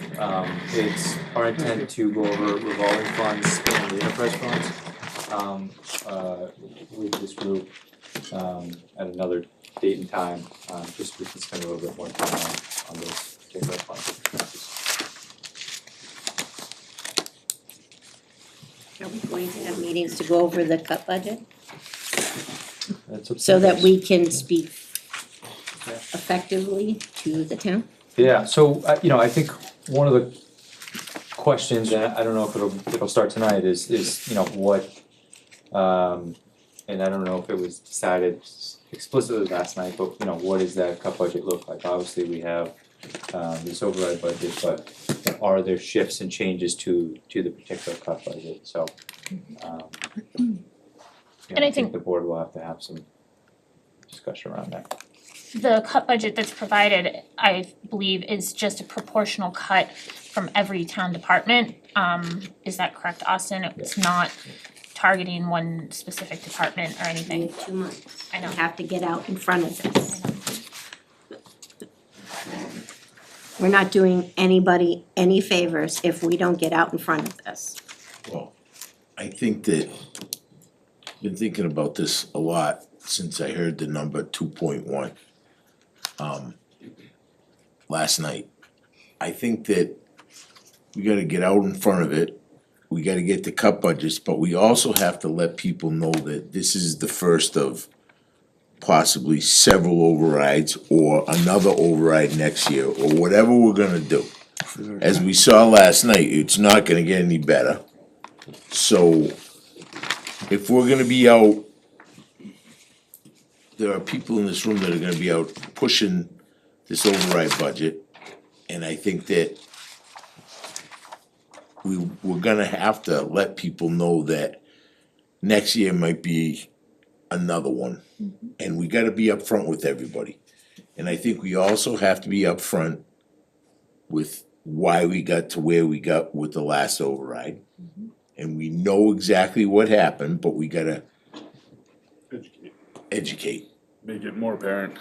Yeah, I think, last time, which was only, 2 years ago, we did a lot of informational sessions, which were relatively well attended. Probably not as much as we would like, but they were, and I think that we need to do that again. And I think we need to ask for Wachusett School representation there. I know Jim, I'm pretty sure Jim was there at a lot of them. I know he was there when I did one, but we need to ask him to be present because a lot of it's gonna be directed at that. And it would be nice to have probably formal representation from him sitting with us, not necessarily in the crowd, I think is what was happening then. So him sitting there or somebody from the school district representing the school to help our citizens understand what happened, where we're at, and where things are going, and what to expect. And the positives and what they're gonna get out of it. I mean, I think anyone here can't talk to that, right? None of us can say, your kid is gonna be taught X amount better. I couldn't tell you, but hopefully somebody from the school district can give a spiel on, here's what we're trying to do and this is why we need it. And that's really what we need to help get this done. I mean, everyone wants to know what their money's gonna be. I wanna know what my money's gonna be used on, so I have to imagine that everyone else is on the same page as I am. We're gonna have to have a very united front from the big three that just went. Everybody else, we're gonna have to have a united front, and the selectmen, the finance committee are gonna, if we're divided at all on this is gonna go down quickly. Can town departments talk about it? Okay, sorry, yeah, okay, yep, agreed. But part of the reason that you want the cut budget is because it's easier to sell by showing what you lose. Yeah. So I guess if I may, from a FinCom perspective, and I know it's ultimately, town administrator and select board, but from a FinCom perspective, what is the sense, I think last time when we were discussing the override and the cut budget, it was directly close the senior center and the library and. That was not the finance committee, that was I'm- the interim town administrator, and that was on the books for less than 24 hours, Leah. Please. No, I'm not saying that I wasn't pointing fingers at FinCom. I wanted to hear FinCom's kind of sense of the community and sense also as to what, like I said, we directed. We just close the town administrator, close police, and don't worry about it, that's easy too. We'll keep the library and the senior center open. I mean, you guys have to decide what the cut budget is and then bring it to us and then we can look at it with you. Right, and I understand that, but we're here meeting together right now, and so from a sense, we originally said, look, the previous override had made the commitments that these were what the commitments were gonna be, so we're gonna ask a proportional cut across all departments. Now that there's a very real consideration of needing to look at cuts, I'm hearing more from the public, absolutely not, get rid of anything except essentially the big three from the community. Now, from a town government perspective, there's considerations and concerns there also. So I guess from a FinCom perspective, we wanna try to be as collaborative as possible, understanding that ultimately we're the ones that need to make the decisions. But I also know how much frustration there was in the previous override, so. I mean, I think that would take time for us to discuss, and I think we would have to have a full conversation. I don't think that we're gonna have that conversation right now. I think that's something that's worth us having the conversation to see what we as a group would be in favor of doing if it were to come to that. So we can certainly talk about that.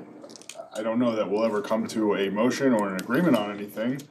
But if we talk about it, I guess maybe you can get some opinions from the group if you listen.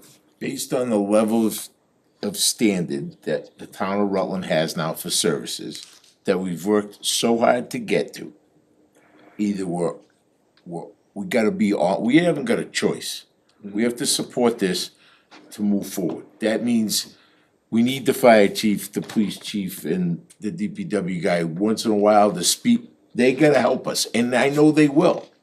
But either we're all in this together, or it's gonna go down. Well, Karen, to be fair, is asking for a cut budget to show if this does not pass. Absolutely, I agree what with are we Karen, losing? And then, but we gotta be, No, we gotta be on the positive side, Yeah, cause the glass has to be But we half full. have I to was know what the positive cut as all budget is. heck yesterday. But Leah's asking for the finance committee's opinion on our opinion on what the cut budget should look like if it does come to that. So I do I think that we will should discuss. absolutely not. I will help if anybody comes to me do it. But it's gonna be Austin and the selectmen, as far as Darren's concerned. I will skip every meeting that you guys tell me where I'm gonna cut money out of. Because I got crucified at a town meeting, I'm not gonna do it, I'm not gonna stand up with some guy out there in the crowd crucifying the finance committee, the selectmen and everybody else, cause we cut something.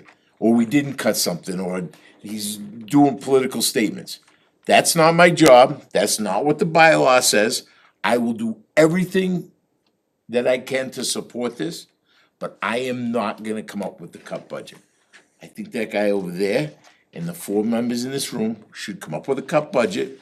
As the bylaw change does it, we will help guide you, we had some suggestions tonight, and move forward.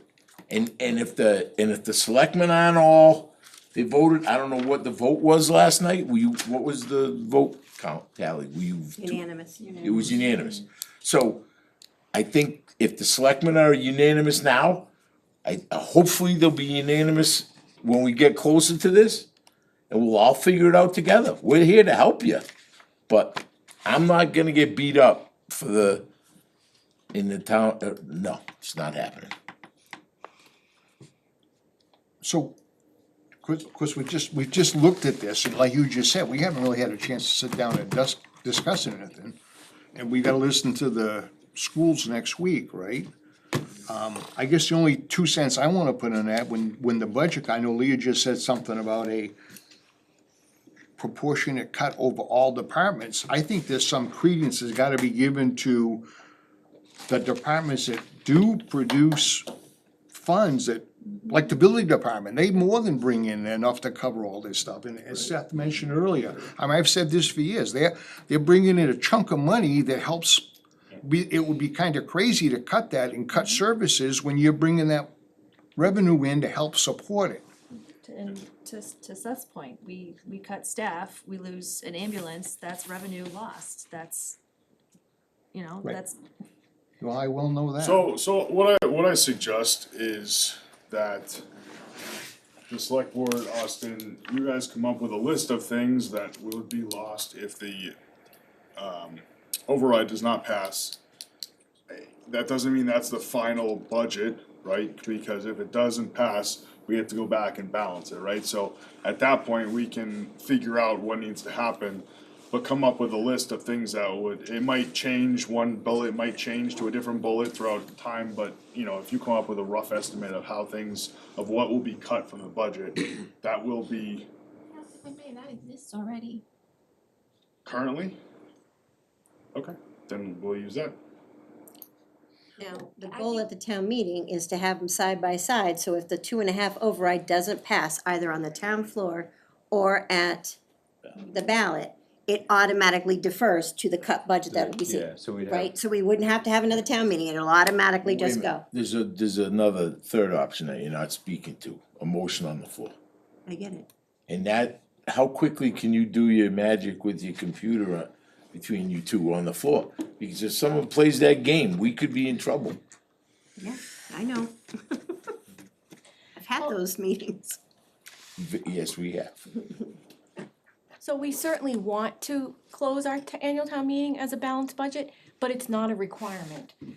It's not. It's, the balanced budget has to be before the tax rate is set. So if there is something on the floor that we just can't have the board, that gets voted by the town members, we can flush that out, you know, But I think Karen's point, what you're saying though, is I think the point is, if we're ready to do it then, we don't have to have the town meeting, which costs us more money, which we don't have. No, I was trying to answer if there was a surprise that we didn't know how to handle at a town meeting, at the annual town meeting. That was what I thought the question was. If we have a surprise though, we're not gonna be able to, the policies, I haven't seen it, but the policy is not to use free cash, then we're gonna have to cut somewhere. Cause there's no other way to make more revenue that I know of. I don't know. A lot of people have been doing this for a lot of years, they should be able to figure something out, sitting there. And we're gonna go for your motion on what you guys accepted last night. I have questions. Did you guys, it's 2.1 million, one override, Harry? Through the chair? Through the chair. The motion was, Tamika, I don't know if you have it written down, 2.1 million for fiscal year 26. So is that, through the chair, is that one override or is that more than one override? One, okay, cause we've been down that other trail where we had two different overrides. I just wanna make.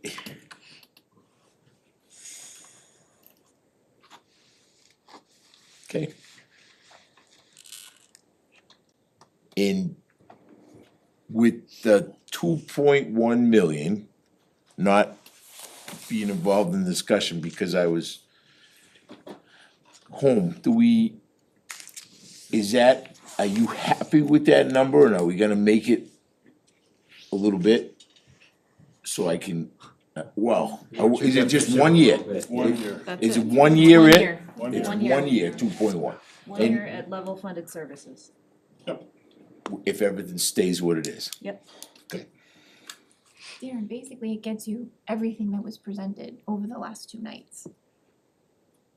Understood. With no extras. It's level funded with Unless it was- contractual services. Yep. Contractual increases, I should say. Figures came out in December, why are we here in March talking about it? Good What did we question. do along the way? What did you do on what?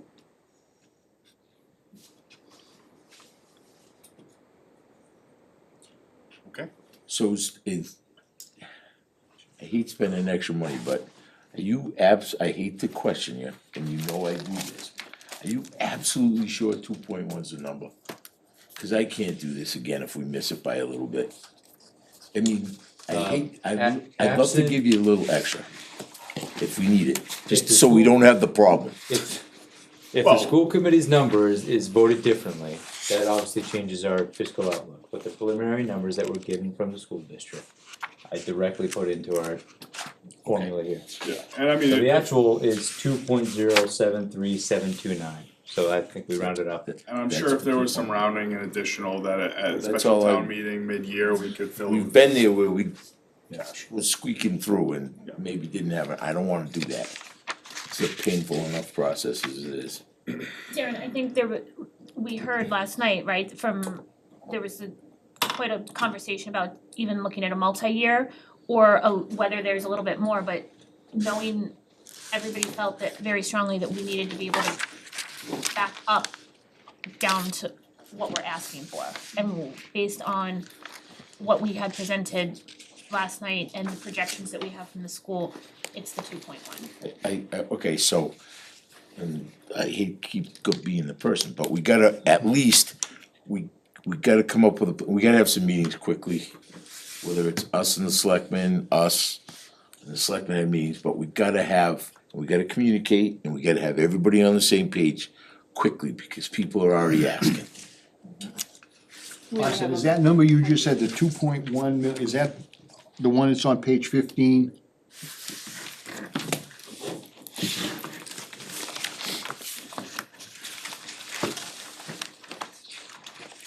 That's 2.5. So the 2.1's not gonna be in the budget book because that number has changed since the budget book I was thought it was created. down the bottom of that first column. Yeah, so, so when this budget book was published on February 3rd, there was no decision about no red at that point, so I gave the board several options, 2.5, 5 million, no, and 7 right, million. right. To give you an idea, this example shows a $2.5 million override, which leaves your net position positive, 126,000. So the actual, net positive would be just 26,000, so $100,000 less. So our total revenues would be 31.2 million, 31,242,388, and our spending would be 31,215,667, which leaves us $26,000 extra. So it's, those numbers are what's in the ballpark for what you're talking about? It's close, yeah. Yeah, Close, okay. We can put the little pie chart up there that they can take the valuation of their house, multiply it times the override and come up with a number that their taxes are gonna increase again, right? You can do all those things that we did before to help. Yeah, we're gonna put all the public information up there, what the cuts will cause, the bullet points of what the cuts will cause. We need to get schools' input to say, here's what you're getting for the additional money, and then we need to start doing informational sessions with the town, starting basically. I mean, I think we don't wanna do that until we meet with the schools, which is next week. So we can start scheduling those right after that, We need a week or two to, We need to cut budget so that we can tell those informational sessions what we're gonna lose if you don't vote for well, it. Tamika said that that's available. A proposed one. There's- proportionate one is available, but I You said think, there's like a bullet points of what we lose. yeah, there's a whole presentation on the website that Austin had posted, I think back on February Of the 3rd, proposed. that has- Proposed, yes. of the proposed, which is the proportionate across the Right, departments. but they haven't agreed to that one yet. Yeah, but we gotta start with Speaking for me something, right? personally, I would like to discuss changes to that proposed budget. You're talking about the ones in the brown headings right here. Yeah. You're not in school. I'm not in school? No. and I don't think the finance committee or the selectmen can meet on their present schedule. We're gonna have to go like once a week to get this going. I know. We're behind. Once a week for, I'm sorry. Austin, on page 14, there is finance a board budget meeting. that shows a 2.3, almost $2.4 million deficit. Yeah, so remember, this was a month ago So before we had school the numbers. 2.1 Yeah. is this started with this, and there were a few things that made this look a little bit better. Yeah, just one thing that made it look a little bit better, which was the Wachusett School District. Okay. Now, last night, you, in later on in this book on page 47, there is a red budget. Yes, sir. And then you handed us out a red budget last night. Yep. What are those and how did you come up with them? So the red budget that's in your budget book is the $2.1 million in cuts that were requested by the board, I think sometime in January, right? When we were talking about a $2.1 million deficit, the board also asked us to come back with what would that look like in cuts. So what we did is we took the town's share, we took all the town departments and their proportionate share of the town budget. And of the 2.1 million, we said, for example, public safety, police and fire departments are 25%. So they were 25% of the cut. And we did that across the town departments. The handout that I provided to you yesterday was the half and half budget that was requested by Select Board Member Seckman, which essentially reduced the cuts by 50% for the departments. And then there's still, with that half and half budget, there's still about $1 million deficit that there's no funding source for that proposed. So. Have you or would you plan to have meetings with your department heads to discuss with them this versus them saying, if I had to cut, I might go in this direction? Yeah, well, so the cuts, the required cuts were provided to all the town departments. We had a staff meeting, we handed out the spreadsheet, and we said, I'm just gonna keep picking on public safety. You know, police and fire alone had to cut $1 million, about $500,000 each from their budgets. So they came back and the budgets that you see here, the cut budgets, were provided by town departments for how they would make the $500,000. So that is with some input from the department heads, it's not just you. Yeah, both of these cut budgets Okay, are got provided it. from town departments. That's helpful information. But if I may, Ted, to follow up a little bit on that, the directive from the board was essentially proportional cuts across all departments and not considering the revenue generating departments or the state mandated departments or anything of that nature. It was just straight across the board. I just wanted to percent know cuts. how we got there, but Yeah. that's also helpful information. And that's the conversation that we as select board need to have to provide additional direction, because there is an appetite to not do that proportional cut. And I know for me personally, now that it's become real, from the public, I hear a lot of more commentary as well as to what the public's priorities are. So this was a directive from the board at the time, just to get a number so we could have something to work off of and see what at the time, $2.2 million in cuts looked like. And I'm not looking to go through the cut budget line by line to say, you should have this, you should have this, but we need to determine across the board for non-union, non-contract, are we doing salary and COLA increases? And that should be consistent across the board. We need to talk about, in my opinion, priority as far as departments, you know, where, if some of these cuts are very devastating, so are there other departments that can sustain cuts that are not essential to ensure that budgets or departments that need more of that money have it? Right. Those are the things where I agree with Austin to have a starting point, this is good for us to have. But I think we need to prioritize departments and level of service within those and adjust accordingly, things like that. That's what I'm looking to discuss. Yeah. So to Karen's point, and it's been said a couple times, in order to do these informational sessions to the public and talk to the public clearly about what's gonna happen, we need to have the cut budget and how it's going, so that needs to be created now. Well, yeah, so I need some policy direct, and you know, Yeah. department heads, feel free to chime in. I think what would be helpful for us is if you gave us what your priorities are from a policy-making body, and then we can come back with a cut budget that meets those policy directions, but also still meets the $2.1 million reduction. So, Harry, Paul, I mean, I know we talked somewhat last night, but we didn't talk really about the cut budget at all because the focus was figuring out if we were doing an override and what the override is. I don't know if you have any input on looking at the cut budget. Our next regular scheduled meeting isn't until I think March 17th.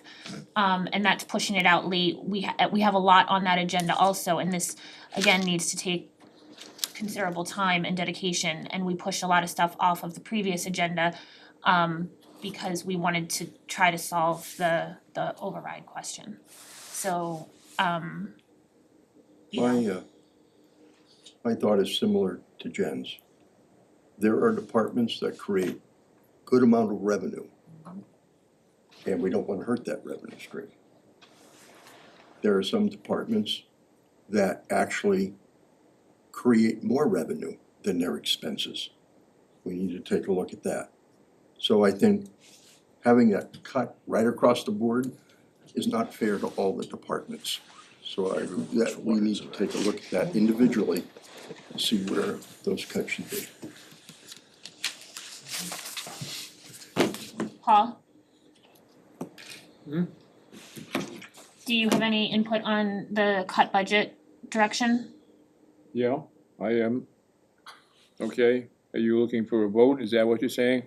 No, we don't have a motion or anything, we're just talking about the if there's any I input. understand that, yes. And I see what you've got, and my feeling about it right now is, you know, if this has gotta be an alternative, then we've got to put it together and we've gotta work at it. So I think what I'm hearing is looking at the, if I'm summarizing correctly, and correct me if I'm wrong, is equalities across the COLAs and increases, salary increases. I think I've said, I think Jen, you have said, taking out the electeds stipends, it's not a big cost savings, but it's something.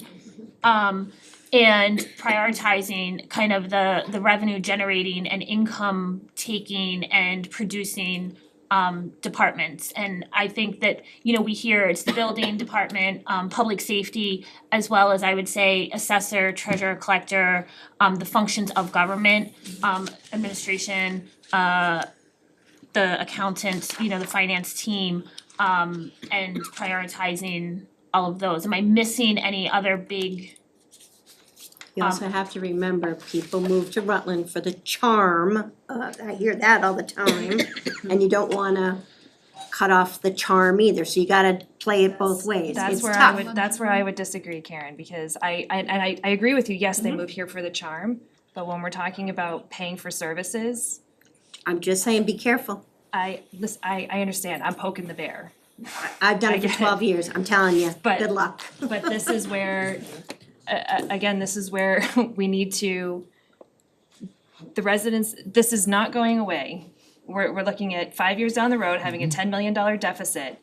You can't have well aware all of the all of service, I know, I'm preaching to the I'm choir. very, very well aware I of all of just- this, and all I'm saying is we gotta stop talking, we gotta start doing. Yes, Because we need to get out in front, we're behind already. Hey, can I make two Exactly. quick statements? Number one, it's gonna be quick. Number one is, it always ends up that the highway department's gonna take the beating because they don't make us any money. Nobody gives, Chris is gonna take it, and I'm gonna be his advocate, cause I'm sick of that. Every time it happens, he takes a beat, highway department takes a beating. And number two, I'd like a motion for the finance committee to adjourn. That sounds great. Second. Discussion, any Is that quick opposed? enough, Pete, I like your curtains. Can I just, before you guys adjourn, do we want to schedule another joint meeting while everybody's in the room, rather than leaving this open-ended? We are next week, right? Yeah, but that's gonna be about the schools, I imagine you don't wanna We can do go two over things that. at once. I don't know how. We gotta find out when they have their cut budget So ready. I don't know Yeah, for, we need to get something in order to do anything with it. Frankly, we're kind of at a impasse here. It's just. I think we've made our recommendation. I think the finance committee, although we haven't said it, I think is, in my hearing is in favor of the $2.1 million override, or actually I think I've talked about a greater override. Well, we've talked about it, we haven't, a committee hasn't voted on anything, have we? No. we have Okay, not. so we haven't, we haven't voted on anything, so there's nothing there. There's a motion on the floor. No, you're There's right. discussion. You're not supposed to be able to discuss adjournments. I learned that one. So no, not right now. Okay, any other discussion? Roll call, Pete, starting with you. O'Malley, aye. Rushala, aye. Ross, aye. So, Narwhal, aye. Moed, aye. 8:16. I said 8 o'clock.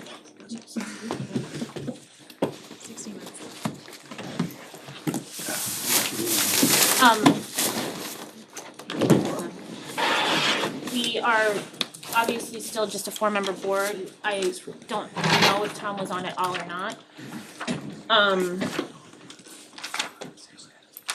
I would like to have some conversation. My next week, I'm unavailable Wednesday and Thursday, so I won't be at the school meeting on Wednesday or on Thursday.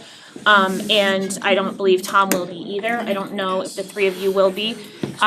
So I think that to bring Tom's point and everyone's point, to figure out a plan, we need to have some more conversation.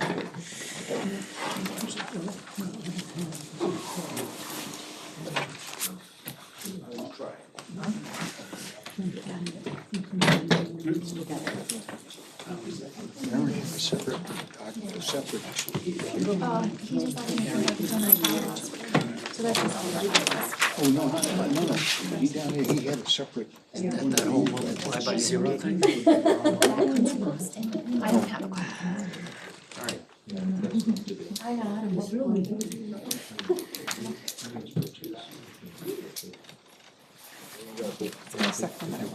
I know, that's, I mean, The more it sucks, the better chance the override passes. Yeah, I mean, That's no where I'm matter at. what, we can close everything and still have to make cuts for 2.1 million, like, you know, it's, yeah. I think we just have to make cuts that we can live with, because once we lose those things, we're fine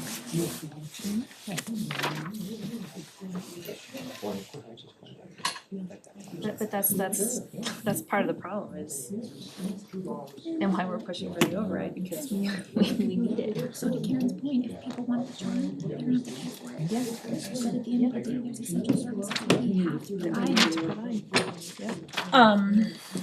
So, I mean, since Monday night, I can say I've had a lot of, you know, just kind of public input, people reaching out to me saying, you know, if we have to look at a $2.1 million cut, what do we need to make, what do we need to keep? We need to keep fire, police, and DPW. Those are across the board, everyone's priorities. And, you know, I've had people say, we need to go into survival mode, and those are what we need to survive.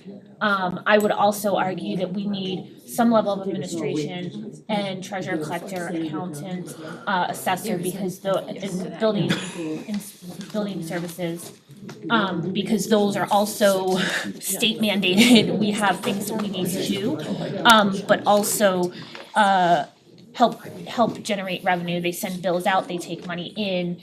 They ensure that we're in as much compliance as we can with bare bone levels. And so that's kind of my sense. I haven't looked at the numbers to see that essentially what the numbers look like if we just look at maintaining police, fire, DPW, and the kind of administration pieces of administration and treasurer, collector, assessor, accountant, and obviously we need town clerk. I think you're right, those are critical infrastructure needs for the town, safety needs.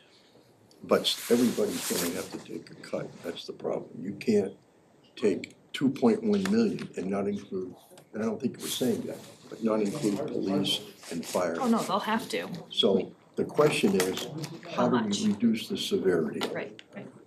And can we find holes where we can say, well, we can afford $5,000 here, 10 grand here, you know, so we get to a point where we don't have stuff that is immaterial. And I don't mean to be, but you know, it might not be more than 10 or 20,000, but you gotta. And I think on that budget, Austin took off like, we're giving $100 to different committees. Those are gone. Okay, that's the kind of stuff that we can. And then start looking at where else can we move money that we don't hurt some other departments? You know, I mean, Jen brought up a good point about the building supervisor in those departments. Well, we just increased their pay for the fees. So why are we gonna cut critical services, plumbing and electricity and so forth, when we're gonna have money coming in for those? So that's a revenue generating. I mean, they'll generate probably 240, 250 next year, and they're gonna be maybe 170, 180 in expenses. That's a plus. And if we cut that, that's gonna have an over.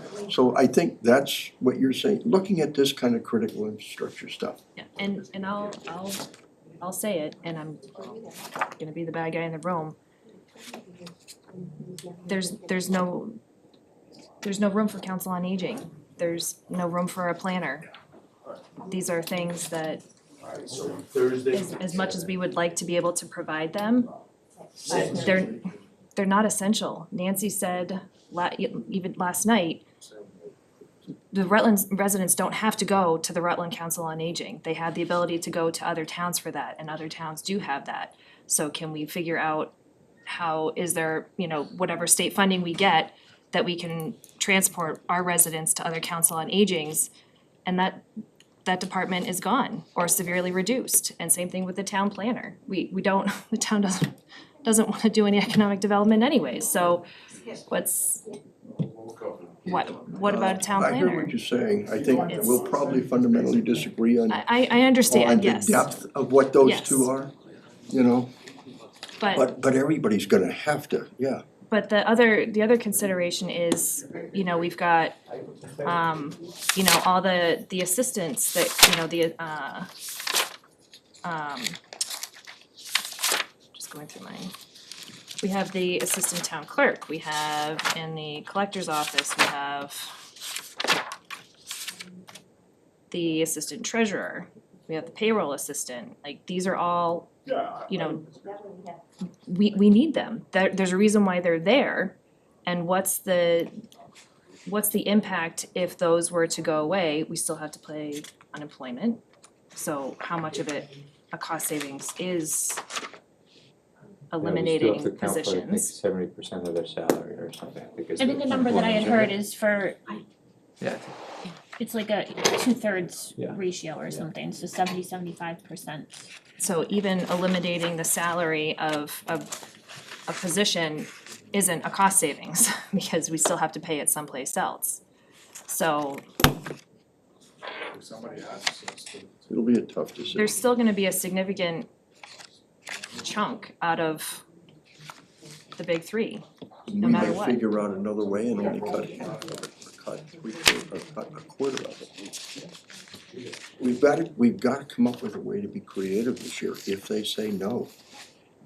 But I think You know, what, I'm hoping they don't say no. I think what we need to do tonight, or what we need for going into these education things, is this is what the override budget is, and this is what, with no override, this is what it is. And we talked about it last night, being wishy-washy, and we have some money available in one-time revenues. We have some stabilization, I think 1.3 million in stabilization that has probably taken us 30-ish years to accumulate. 20 to 30 years, I don't know for sure.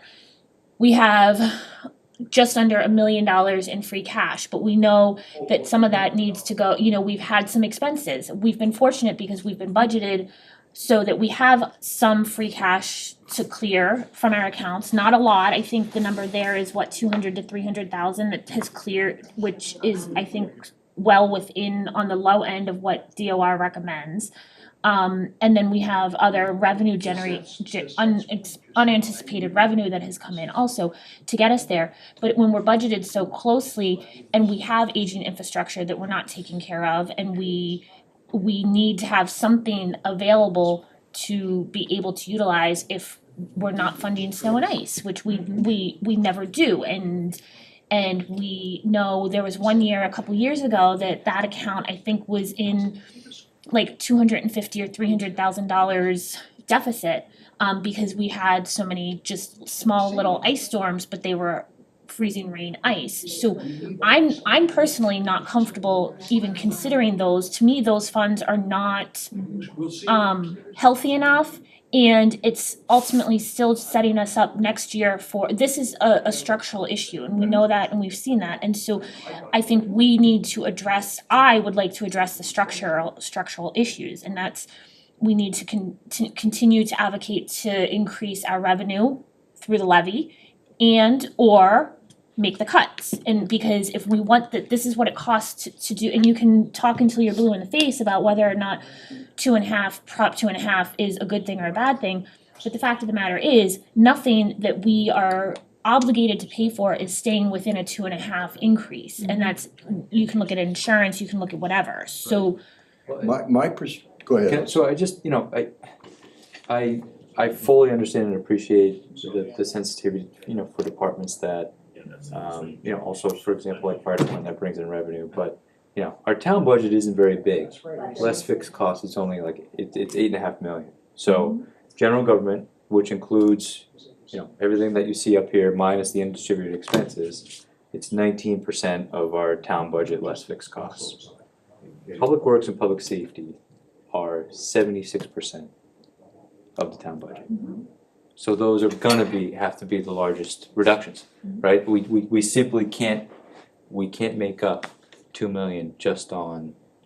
cutting everything Other else, departments. right? Agreed. The other thing So that, there's, to Harry's point, I think, and I think you all have said in one way or another, I mean, there's gonna have to be some reductions. It's just how much of a proportionate reduction are you comfortable with? my how much can problem is the perception out there. Is that you're telling us you have to cut all these services and you're sitting on over $2 million of money? That's the perception I worry about. That we are looking at our job and saying, okay, we passed this, but maybe we're at a point in time where moving forward will be okay, but we just can't sit on $2 million and slash the town. But- That's the perception I have, I that we're gonna get from the town. But to Leah's point, I think we need to be better. It's not just we have $2 million that we can use for, it should not be used to balance the budget. It's not a revolving revenue source. It's for one-time capital projects, and we need to explain that. This is for when we've got aging sewer and water infrastructure. We need to have repairs done there. We have buildings that are falling apart. That is what this money is intended to be used for, If we not for pass 2.5, I understand, everything. but if we don't, if the town doesn't care, that 2 million ain't gonna mean a thing if we slash everything. Sitting on $2 million isn't gonna help the town if we can't run the town. But I hear what you're saying, Harry. And I'm not and- saying take all 2 million, but I'm saying we can't just slash the town and then sit on 2 million. That perception to me is not good. And I'm gonna push back and say the perception that we would be fiscally irresponsible and deplete one or partially both of those accounts or some amount of that, let's say half of that, then is setting us up for failure next year. We're gonna have to do a bigger slash and burn because this is structural. And it's not. And now there's only 1 million in reserves. Right. So what do we do? And when COVID hit, we thought we were like, it's a good thing we have, I think it was under $1 million in stabilization at the time, but we were like, it's a good thing we have that, because what happens if suddenly we need to dip into that? Now, thank goodness we didn't, because we had care, because Rutland is fortunate. We're a community of a lot of first responders and people who were able to not be hit as hard as some other communities from the pandemic as far as an economic standpoint. I'm not saying we weren't hit, we were, but our revenue kept up. We didn't see a huge decrease in excise tax revenue or property tax revenue or anything like that, like some other communities. In a case like that, I could maybe more strongly advocate for plugging the gaps with one-time revenue source, because to me, that's an unexpected, unanticipated financial impact. But something like this that we know, since I've been in town, we've been cutting. Okay, we need an override. Cutting. Okay, we need an override. So either we need to say this is what it takes to, everybody wants this level of services. We hear you can't cut public safety, you can't cut DPW, you can't cut the Council on Aging, you can't cut the library, but we can't continue to afford it with what we have.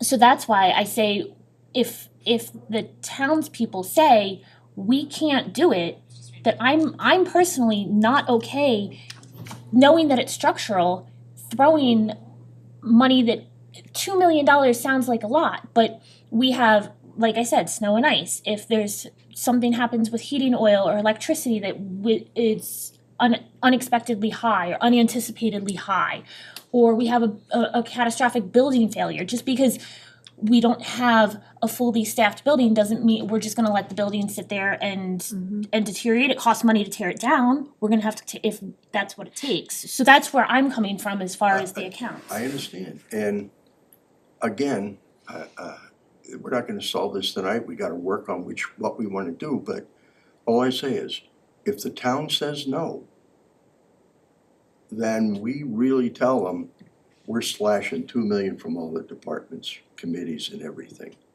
And I think And then that's, they're gonna say, Because we don't have a consistent Okay, revenue source to but- fund it. I see here you got $2 million, so you're gonna slash my services instead of spending my tax money that I've been giving you all these years? I don't have an answer. My question is, if they say to you, how are you gonna fix this problem without punishing me too hard, just cause I don't wanna raise my taxes? That we have to answer. I think the answer to that is there is no alternative. That's our primary source of revenue in this town. I think I was hoping that tonight we could have a little bit more of direction for Austin and staff as far as how we had asked for the proportional cuts to all departments, because that's one of the options, and last time the option was that we were gonna just flat out close buildings. And my thinking personally was that override made a commitment to certain things, and so proportional across many departments, so proportionally we make those cuts. It hits everybody fairly, everybody's budget is different, right? But their level of services are different.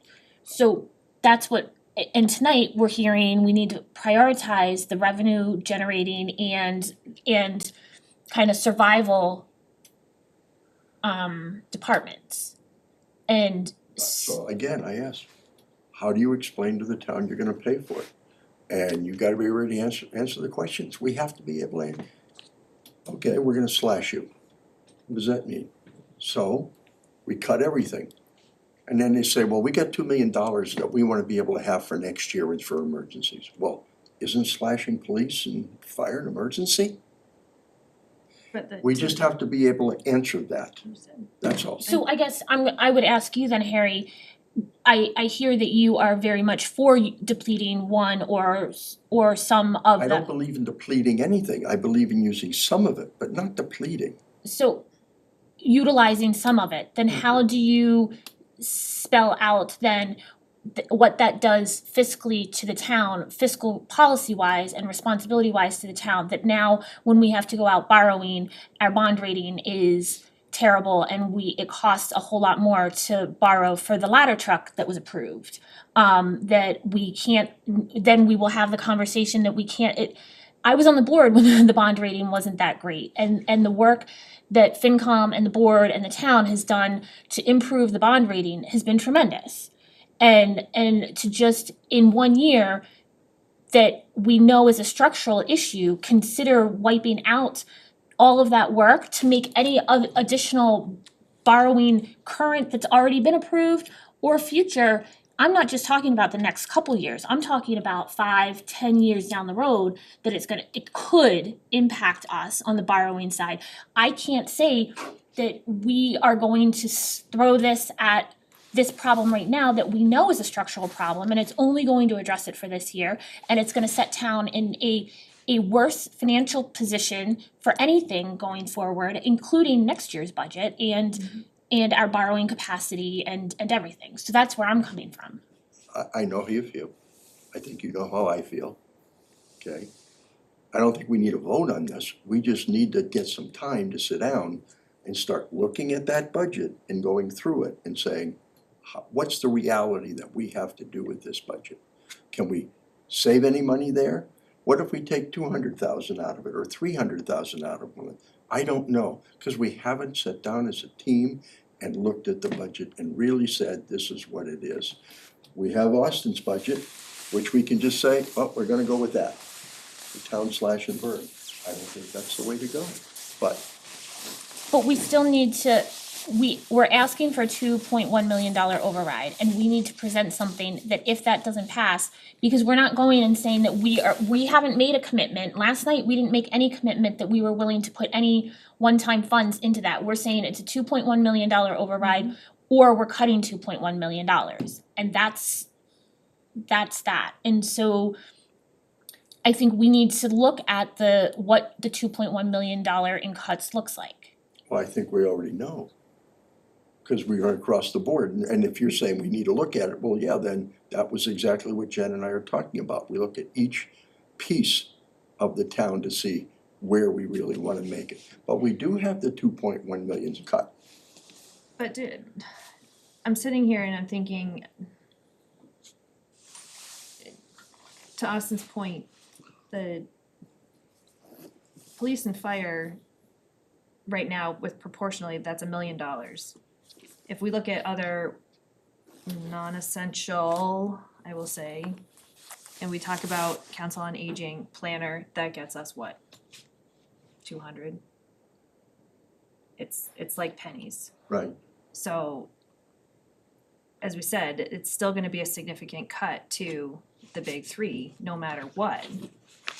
So, maybe the best thing is to continue with the proportional cuts, but then just consider the higher level of no COLAs, no salary increases, no stipends. Austin, if the town doesn't pass it, because we're gonna propose what you presented, here's the 2.5 override, here's without it. That's being proposed at the town meeting, right? If it doesn't, how much time do we have to really work on that budget that's been cut then? So Because I don't wanna put the let's cart say before the horse. let's say, so by June 30th, I think we would have an opportunity to spend more time and. So it depends on how we present the article, I think, right? Yeah, You know, so, we could present the article with I'm not sure if I'm I think our thoughts were, like we were talking earlier about a contingent budget and this or non-contingent budget, which would be hypothetically to your scenario here, I don't like calling it the slash and burn, but The slash cut and budget, burn cut budget. If I invented that, sorry. Yeah. It's just I don't know, I don't like the name. But, let's say after town meeting, the board said, I don't think that's a good idea and you want to have another town meeting, right? Yeah. You could come back and revise the budget differently, whether you wanted to throw in free cash or do something different there, you can do that. But Just as long as by July 1st, we have a Budget.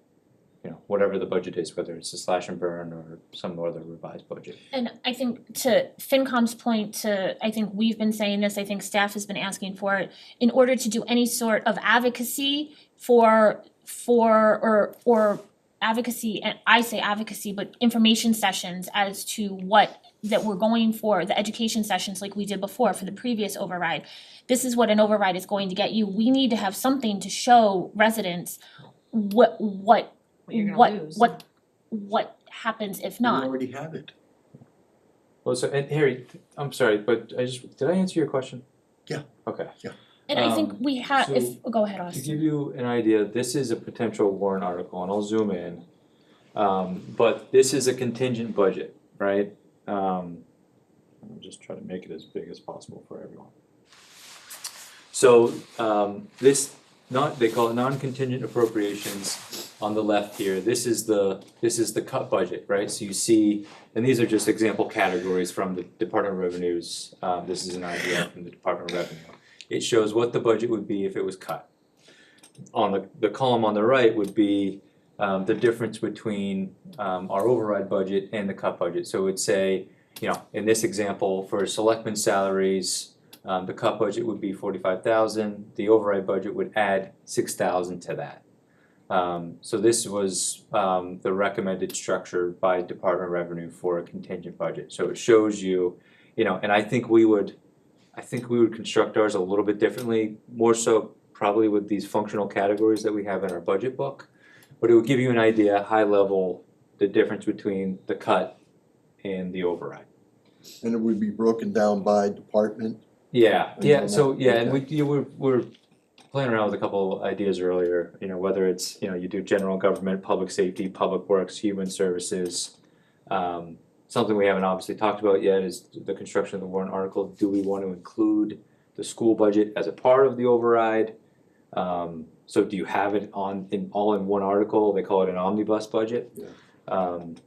There's discussion there, but this could be a format that would be presented at town meeting. So the right column would be the 2 million one. Yeah. Okay. But that's additive to the previous, Yeah, right? see- So Yeah. that's, I think, Right. a little bit confusing because I think Yeah. we're Yeah, but accustomed to see. but that's recommended by DOR. That's recommended by Right. DOR and Yeah. I find this harder to understand. But I that's what think- they want us to do, right? Right. This is quite But literally. that is also, and it's because that will give us a budget by July 1st. Towns cannot operate without a budget by July 1st, unlike the schools.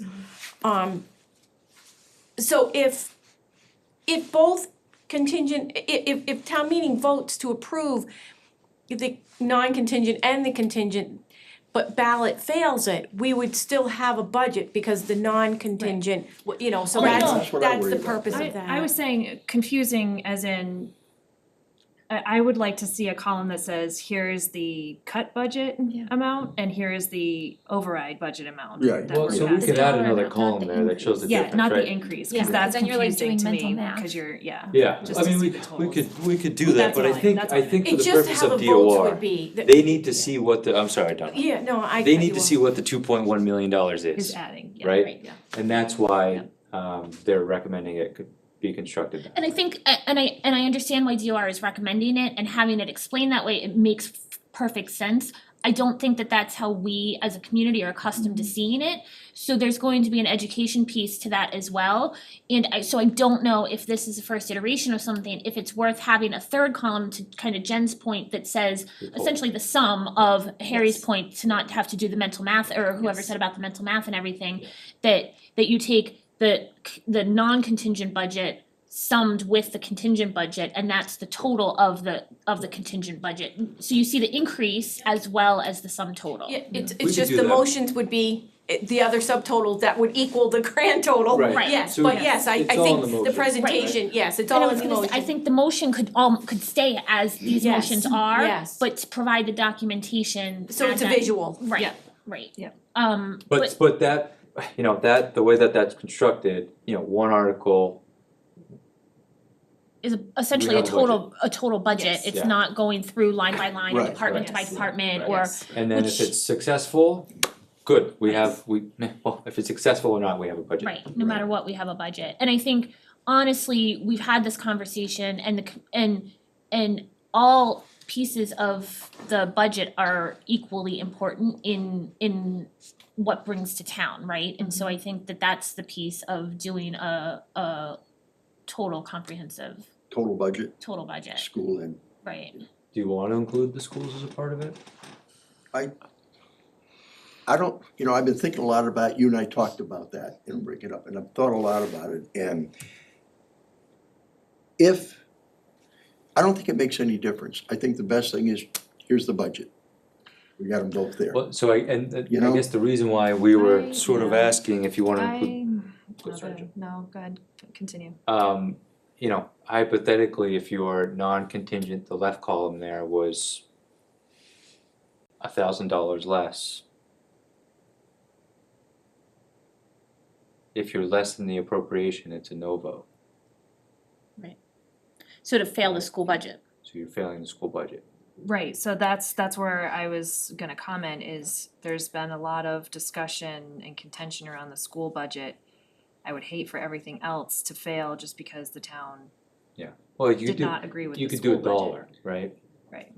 And I think, I know So Darren- if you're trying to also send a message, which, I'm not suggesting you do that, but there is So that. can we get agreement on the town appropriation, even if for whatever reason they choose to vote no on the school budget and send it back? We just have to take out the school budget out of our town, right? Take the 18 million out, and there you get the Make money. it as a separate article? so it wouldn't be an omnibus budget then, it would be it would be the town and the school And the budgets. school. And I think while I hear that, and I think, that provides the option then for the way the district agreement is written, right? If if two or more of the towns fail the school budget, then the school budget itself fails. And so while I hear that, I think it also has in the past gotten town in trouble because we haven't budgeted appropriately, essentially a contingency if the school budget were to pass, because if the other 4 communities pass the school budget, we still have to pay for it. Right. And so I don't have the best answer I don't have the best answer Yeah. for that, but we've only appropriated that amount, but then we still have to pay for it regardless, and then we're making cuts everywhere else that haven't necessarily been fully transparent. Yep. So I don't. Alright, well, just, I'm sorry, in the interest of time, because I really would like to go home. Sorry, Darren, was that your comment about? Well, I think we have to separate the school out to say that we approve, or we either approve or disapprove the school budget.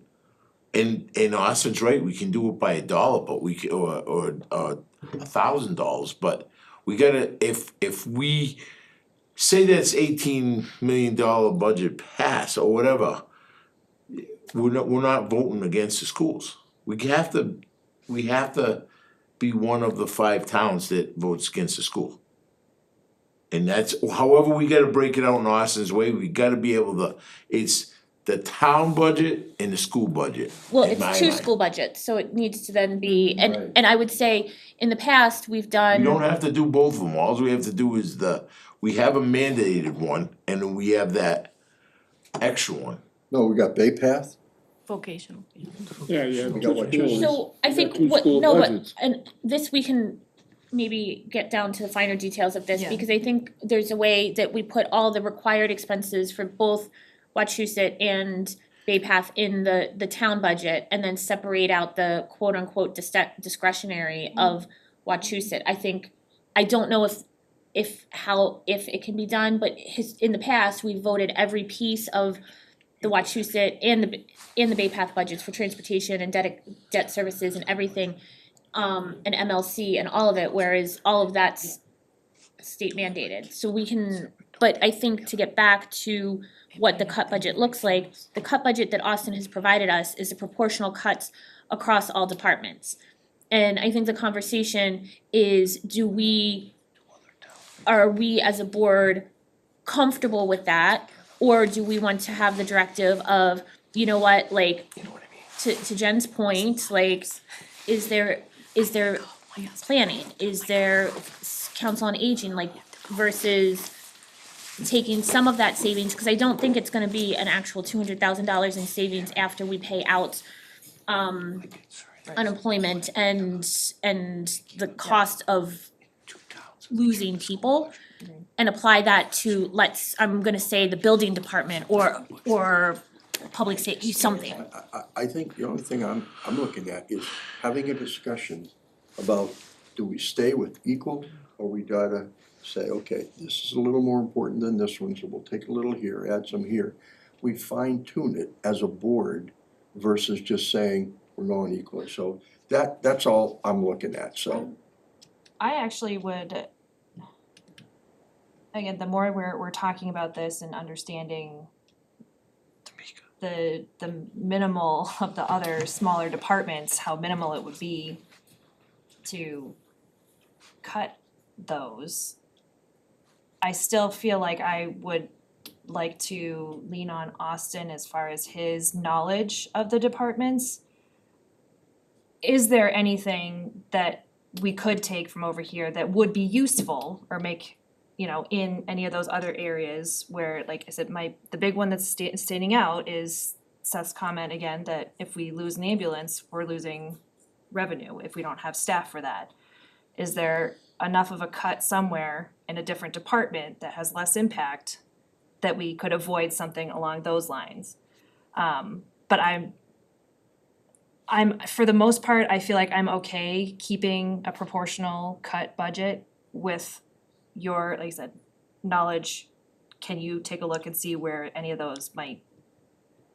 Yeah, Be able there's a to be few moved. things I think I'd like to see fine tuned, but I can talk to Austin Yeah. about that. My only other comments are, I think the stipends across the board go, and I think we need to be consistent with no COLAs, no increases, no salary increases for non-contract, non-union. And I personally am not okay, I'm okay with most of it. I'm not okay saying that non-contracted, non-union employees aren't getting their increases because they're not union or contracted, because that's what got us into a lot of the That's what got your the clerical administrative- union to form. right. And I think that Yeah. that's been, and a lot of those individuals, and I don't know off the top of my head all of the individuals, but they're town employees, they are town residents. Yep. And so that's where I understand I'm that. challenged with that. I don't disagree, but where I have an issue is that looking in this cut budget, all of those salaries and COLAs are going to your department heads, where they're cutting their own staff. So they're taking increases I saw that too. and they're cutting everything. Yeah. And some of them are taking their staff. significant increases. I know, and Yes. I saw that too. So that's why Yeah. I don't disagree. I think everybody deserves, the non-contract should have their increases. But to me, it rubs me the wrong way to see the department heads giving themselves the salary increases and then cutting their staff hours or positions. Well, I It's don't just- think that there's a department manager that's not gonna say that they have not struggled to get to the level of personnel that they have Mhm. now. And they've been, in a position where, okay, now there is a good workflow and we're getting things out the way we should be getting them out, and things are getting done the way that the department manager would like to see it. Mhm. And so essentially, if you're gonna cut people, then they're gonna go back and be back to a position where they were again, and gonna have to struggle to get personnel back again and everything else, and I mean, maybe they wouldn't want to deal with that as much as having to maybe hold their own salary at the present level or something to that effect. Yeah, like Jen, can I request that we try to close this in about 10 minutes, if we can finish this? And give Austin some direction. I mean, if the board feels that we should keep the COLAs and the increases, that's okay with me, 'cause I had to point out, there's something about a $2 million cut budget with department heads getting But theirs. like you, Jen, I cutting look at other these staff. things and I'm thinking, right, do the rank and file deserve that?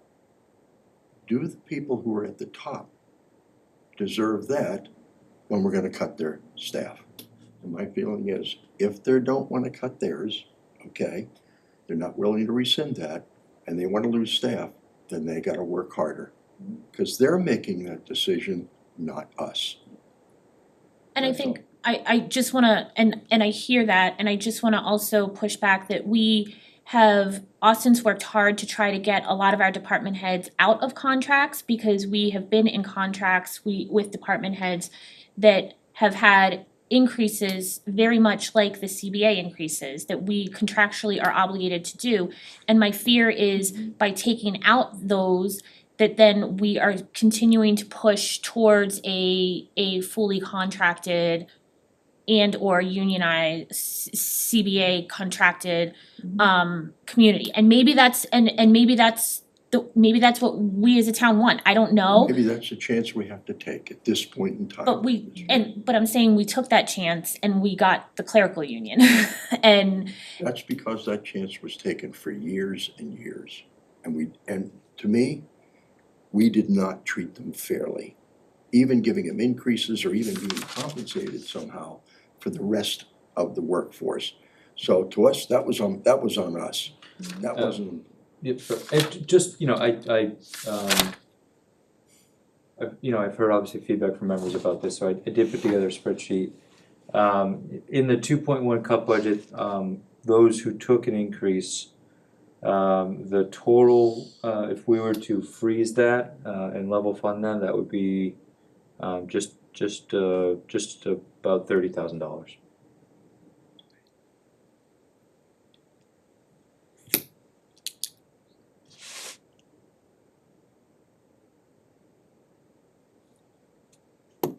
And again, I look at it as this is devastating no matter what. So that's where and to be honest, it's not going to make us as a community look attractive to any future employees, no matter what we do. But I think there's been some push already with department heads that aren't contracted to go into contract, and staff that isn't contracted or unionized to go under a union or contract because of this exact concern and consideration. I know the previous board had made, and I meant to look today and I ran out of time to look at the personnel policies to see if through the personnel policies, if we had stipulated when we approved those, that we would make the commitments to the non-union, non-contracted employees for COLAs and performance-based increases or not. I mean, I think that those discussions we can have, but I don't think we're gonna have the answers tonight for those. So again, I think Austin needs to do some work. Jen, you, me, Paul, we need to do some work to see, and I'm hoping we never get there. That's why I said, we gotta do something so we can put up that, whatever you call it, that side-by-side thing, so they can see. And once they see it, and they see what the cuts are gonna be, I don't know as anybody. Now, town meeting is not a problem. It's the ballot box. Because we can't show them stuff at the ballot box, that we can hold meetings throughout. But, we get 10,000 people, we might get 100 there. Right. But that's why, we heard from FinCom tonight that they want a cut budget like yesterday. And we owe it to ourselves, to department heads, to the community to have that a quote unquote finalized cut budget so that we can go into these information sessions that I believe, Austin, you're working to schedule for the end of March and beginning of April. Yeah, so just so I should have mentioned this earlier, but I've secured 5 dates for this room with the library with the director. So 3 Sundays in April 6th, 13th, and 27th. Like what they did the last override, I think, was it early afternoon after church? Yes. Talk about budget after church. And then 2 Wednesdays, trying to hit some of the people after work. So Wednesday the 23rd at 6 p.m. and Wednesday the 9th, early afternoon, 1 to 2 p.m. I also intend on asking the COA director if I could do a little bit more stuff there to talk about the budget. The intent is to also ask the school if they can commit to attend one of these and kind of have a focus session for the schools there as well. We're meeting, Not to put you on the spot, Austin, we're but meeting in 2 weeks.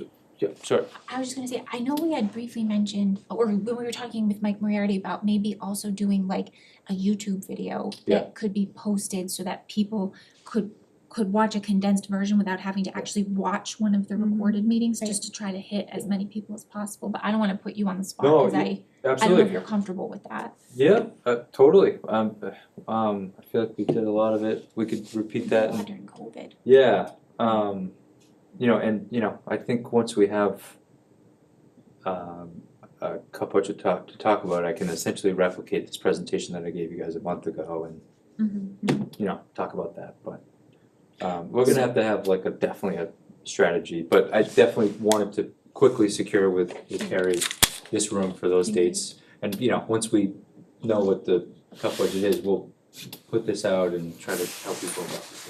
So we are meeting with the schools with a joint meeting similar to this next week, Thursday, the 13th. I believe it starts at 6. It will be with both Bay Path and Wachusett. I won't be able to attend. I have a previous commitment.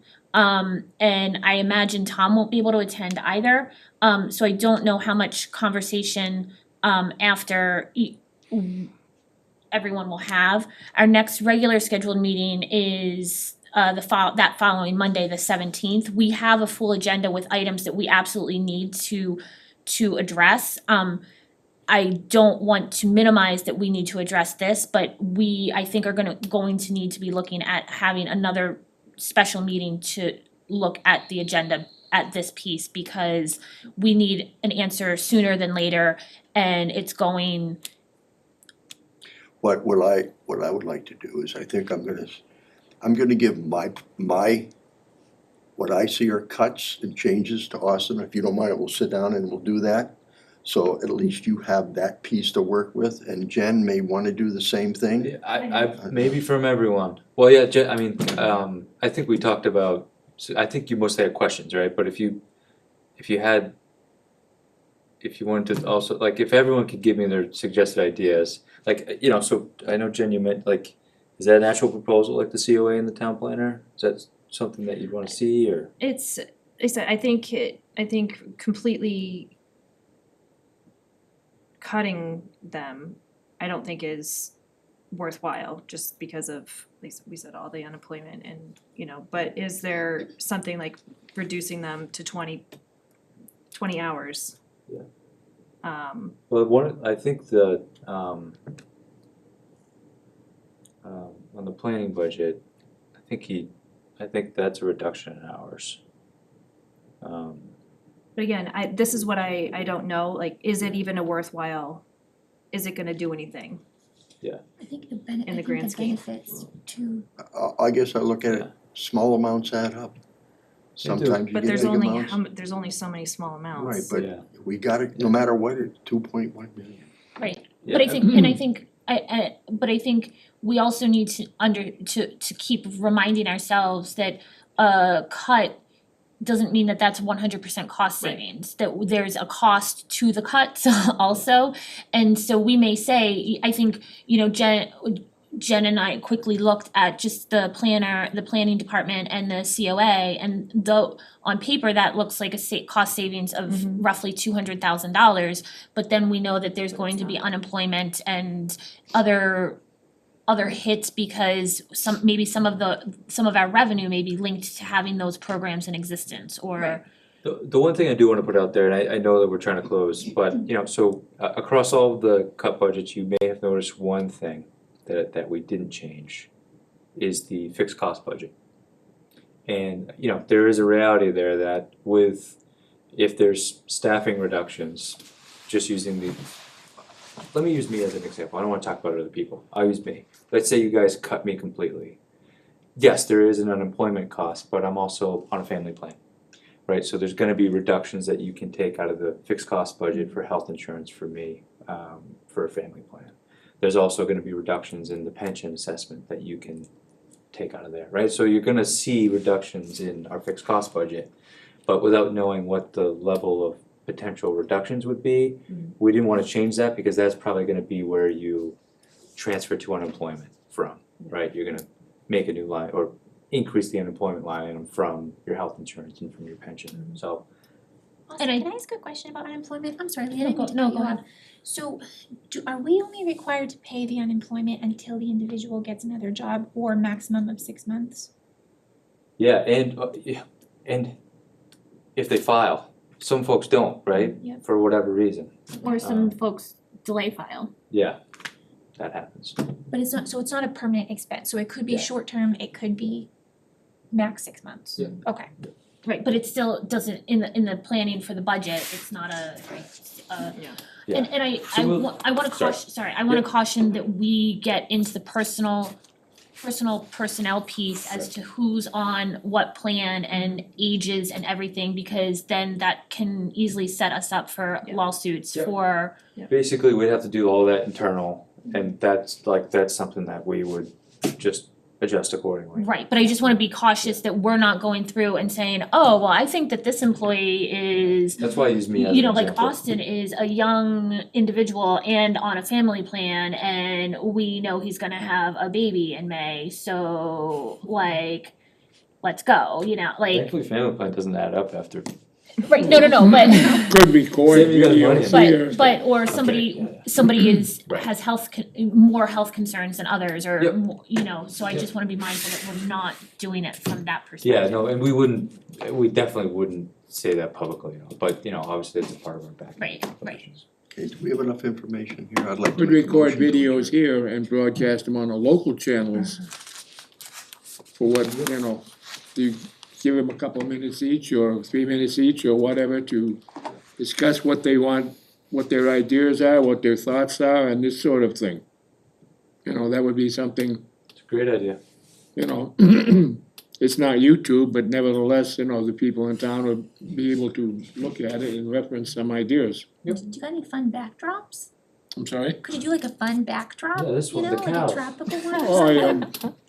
The cows come home. So if anyone has any, you know, obviously we'll go back and, we'll try to sharpen our pencils a little bit and try to get as much as we can.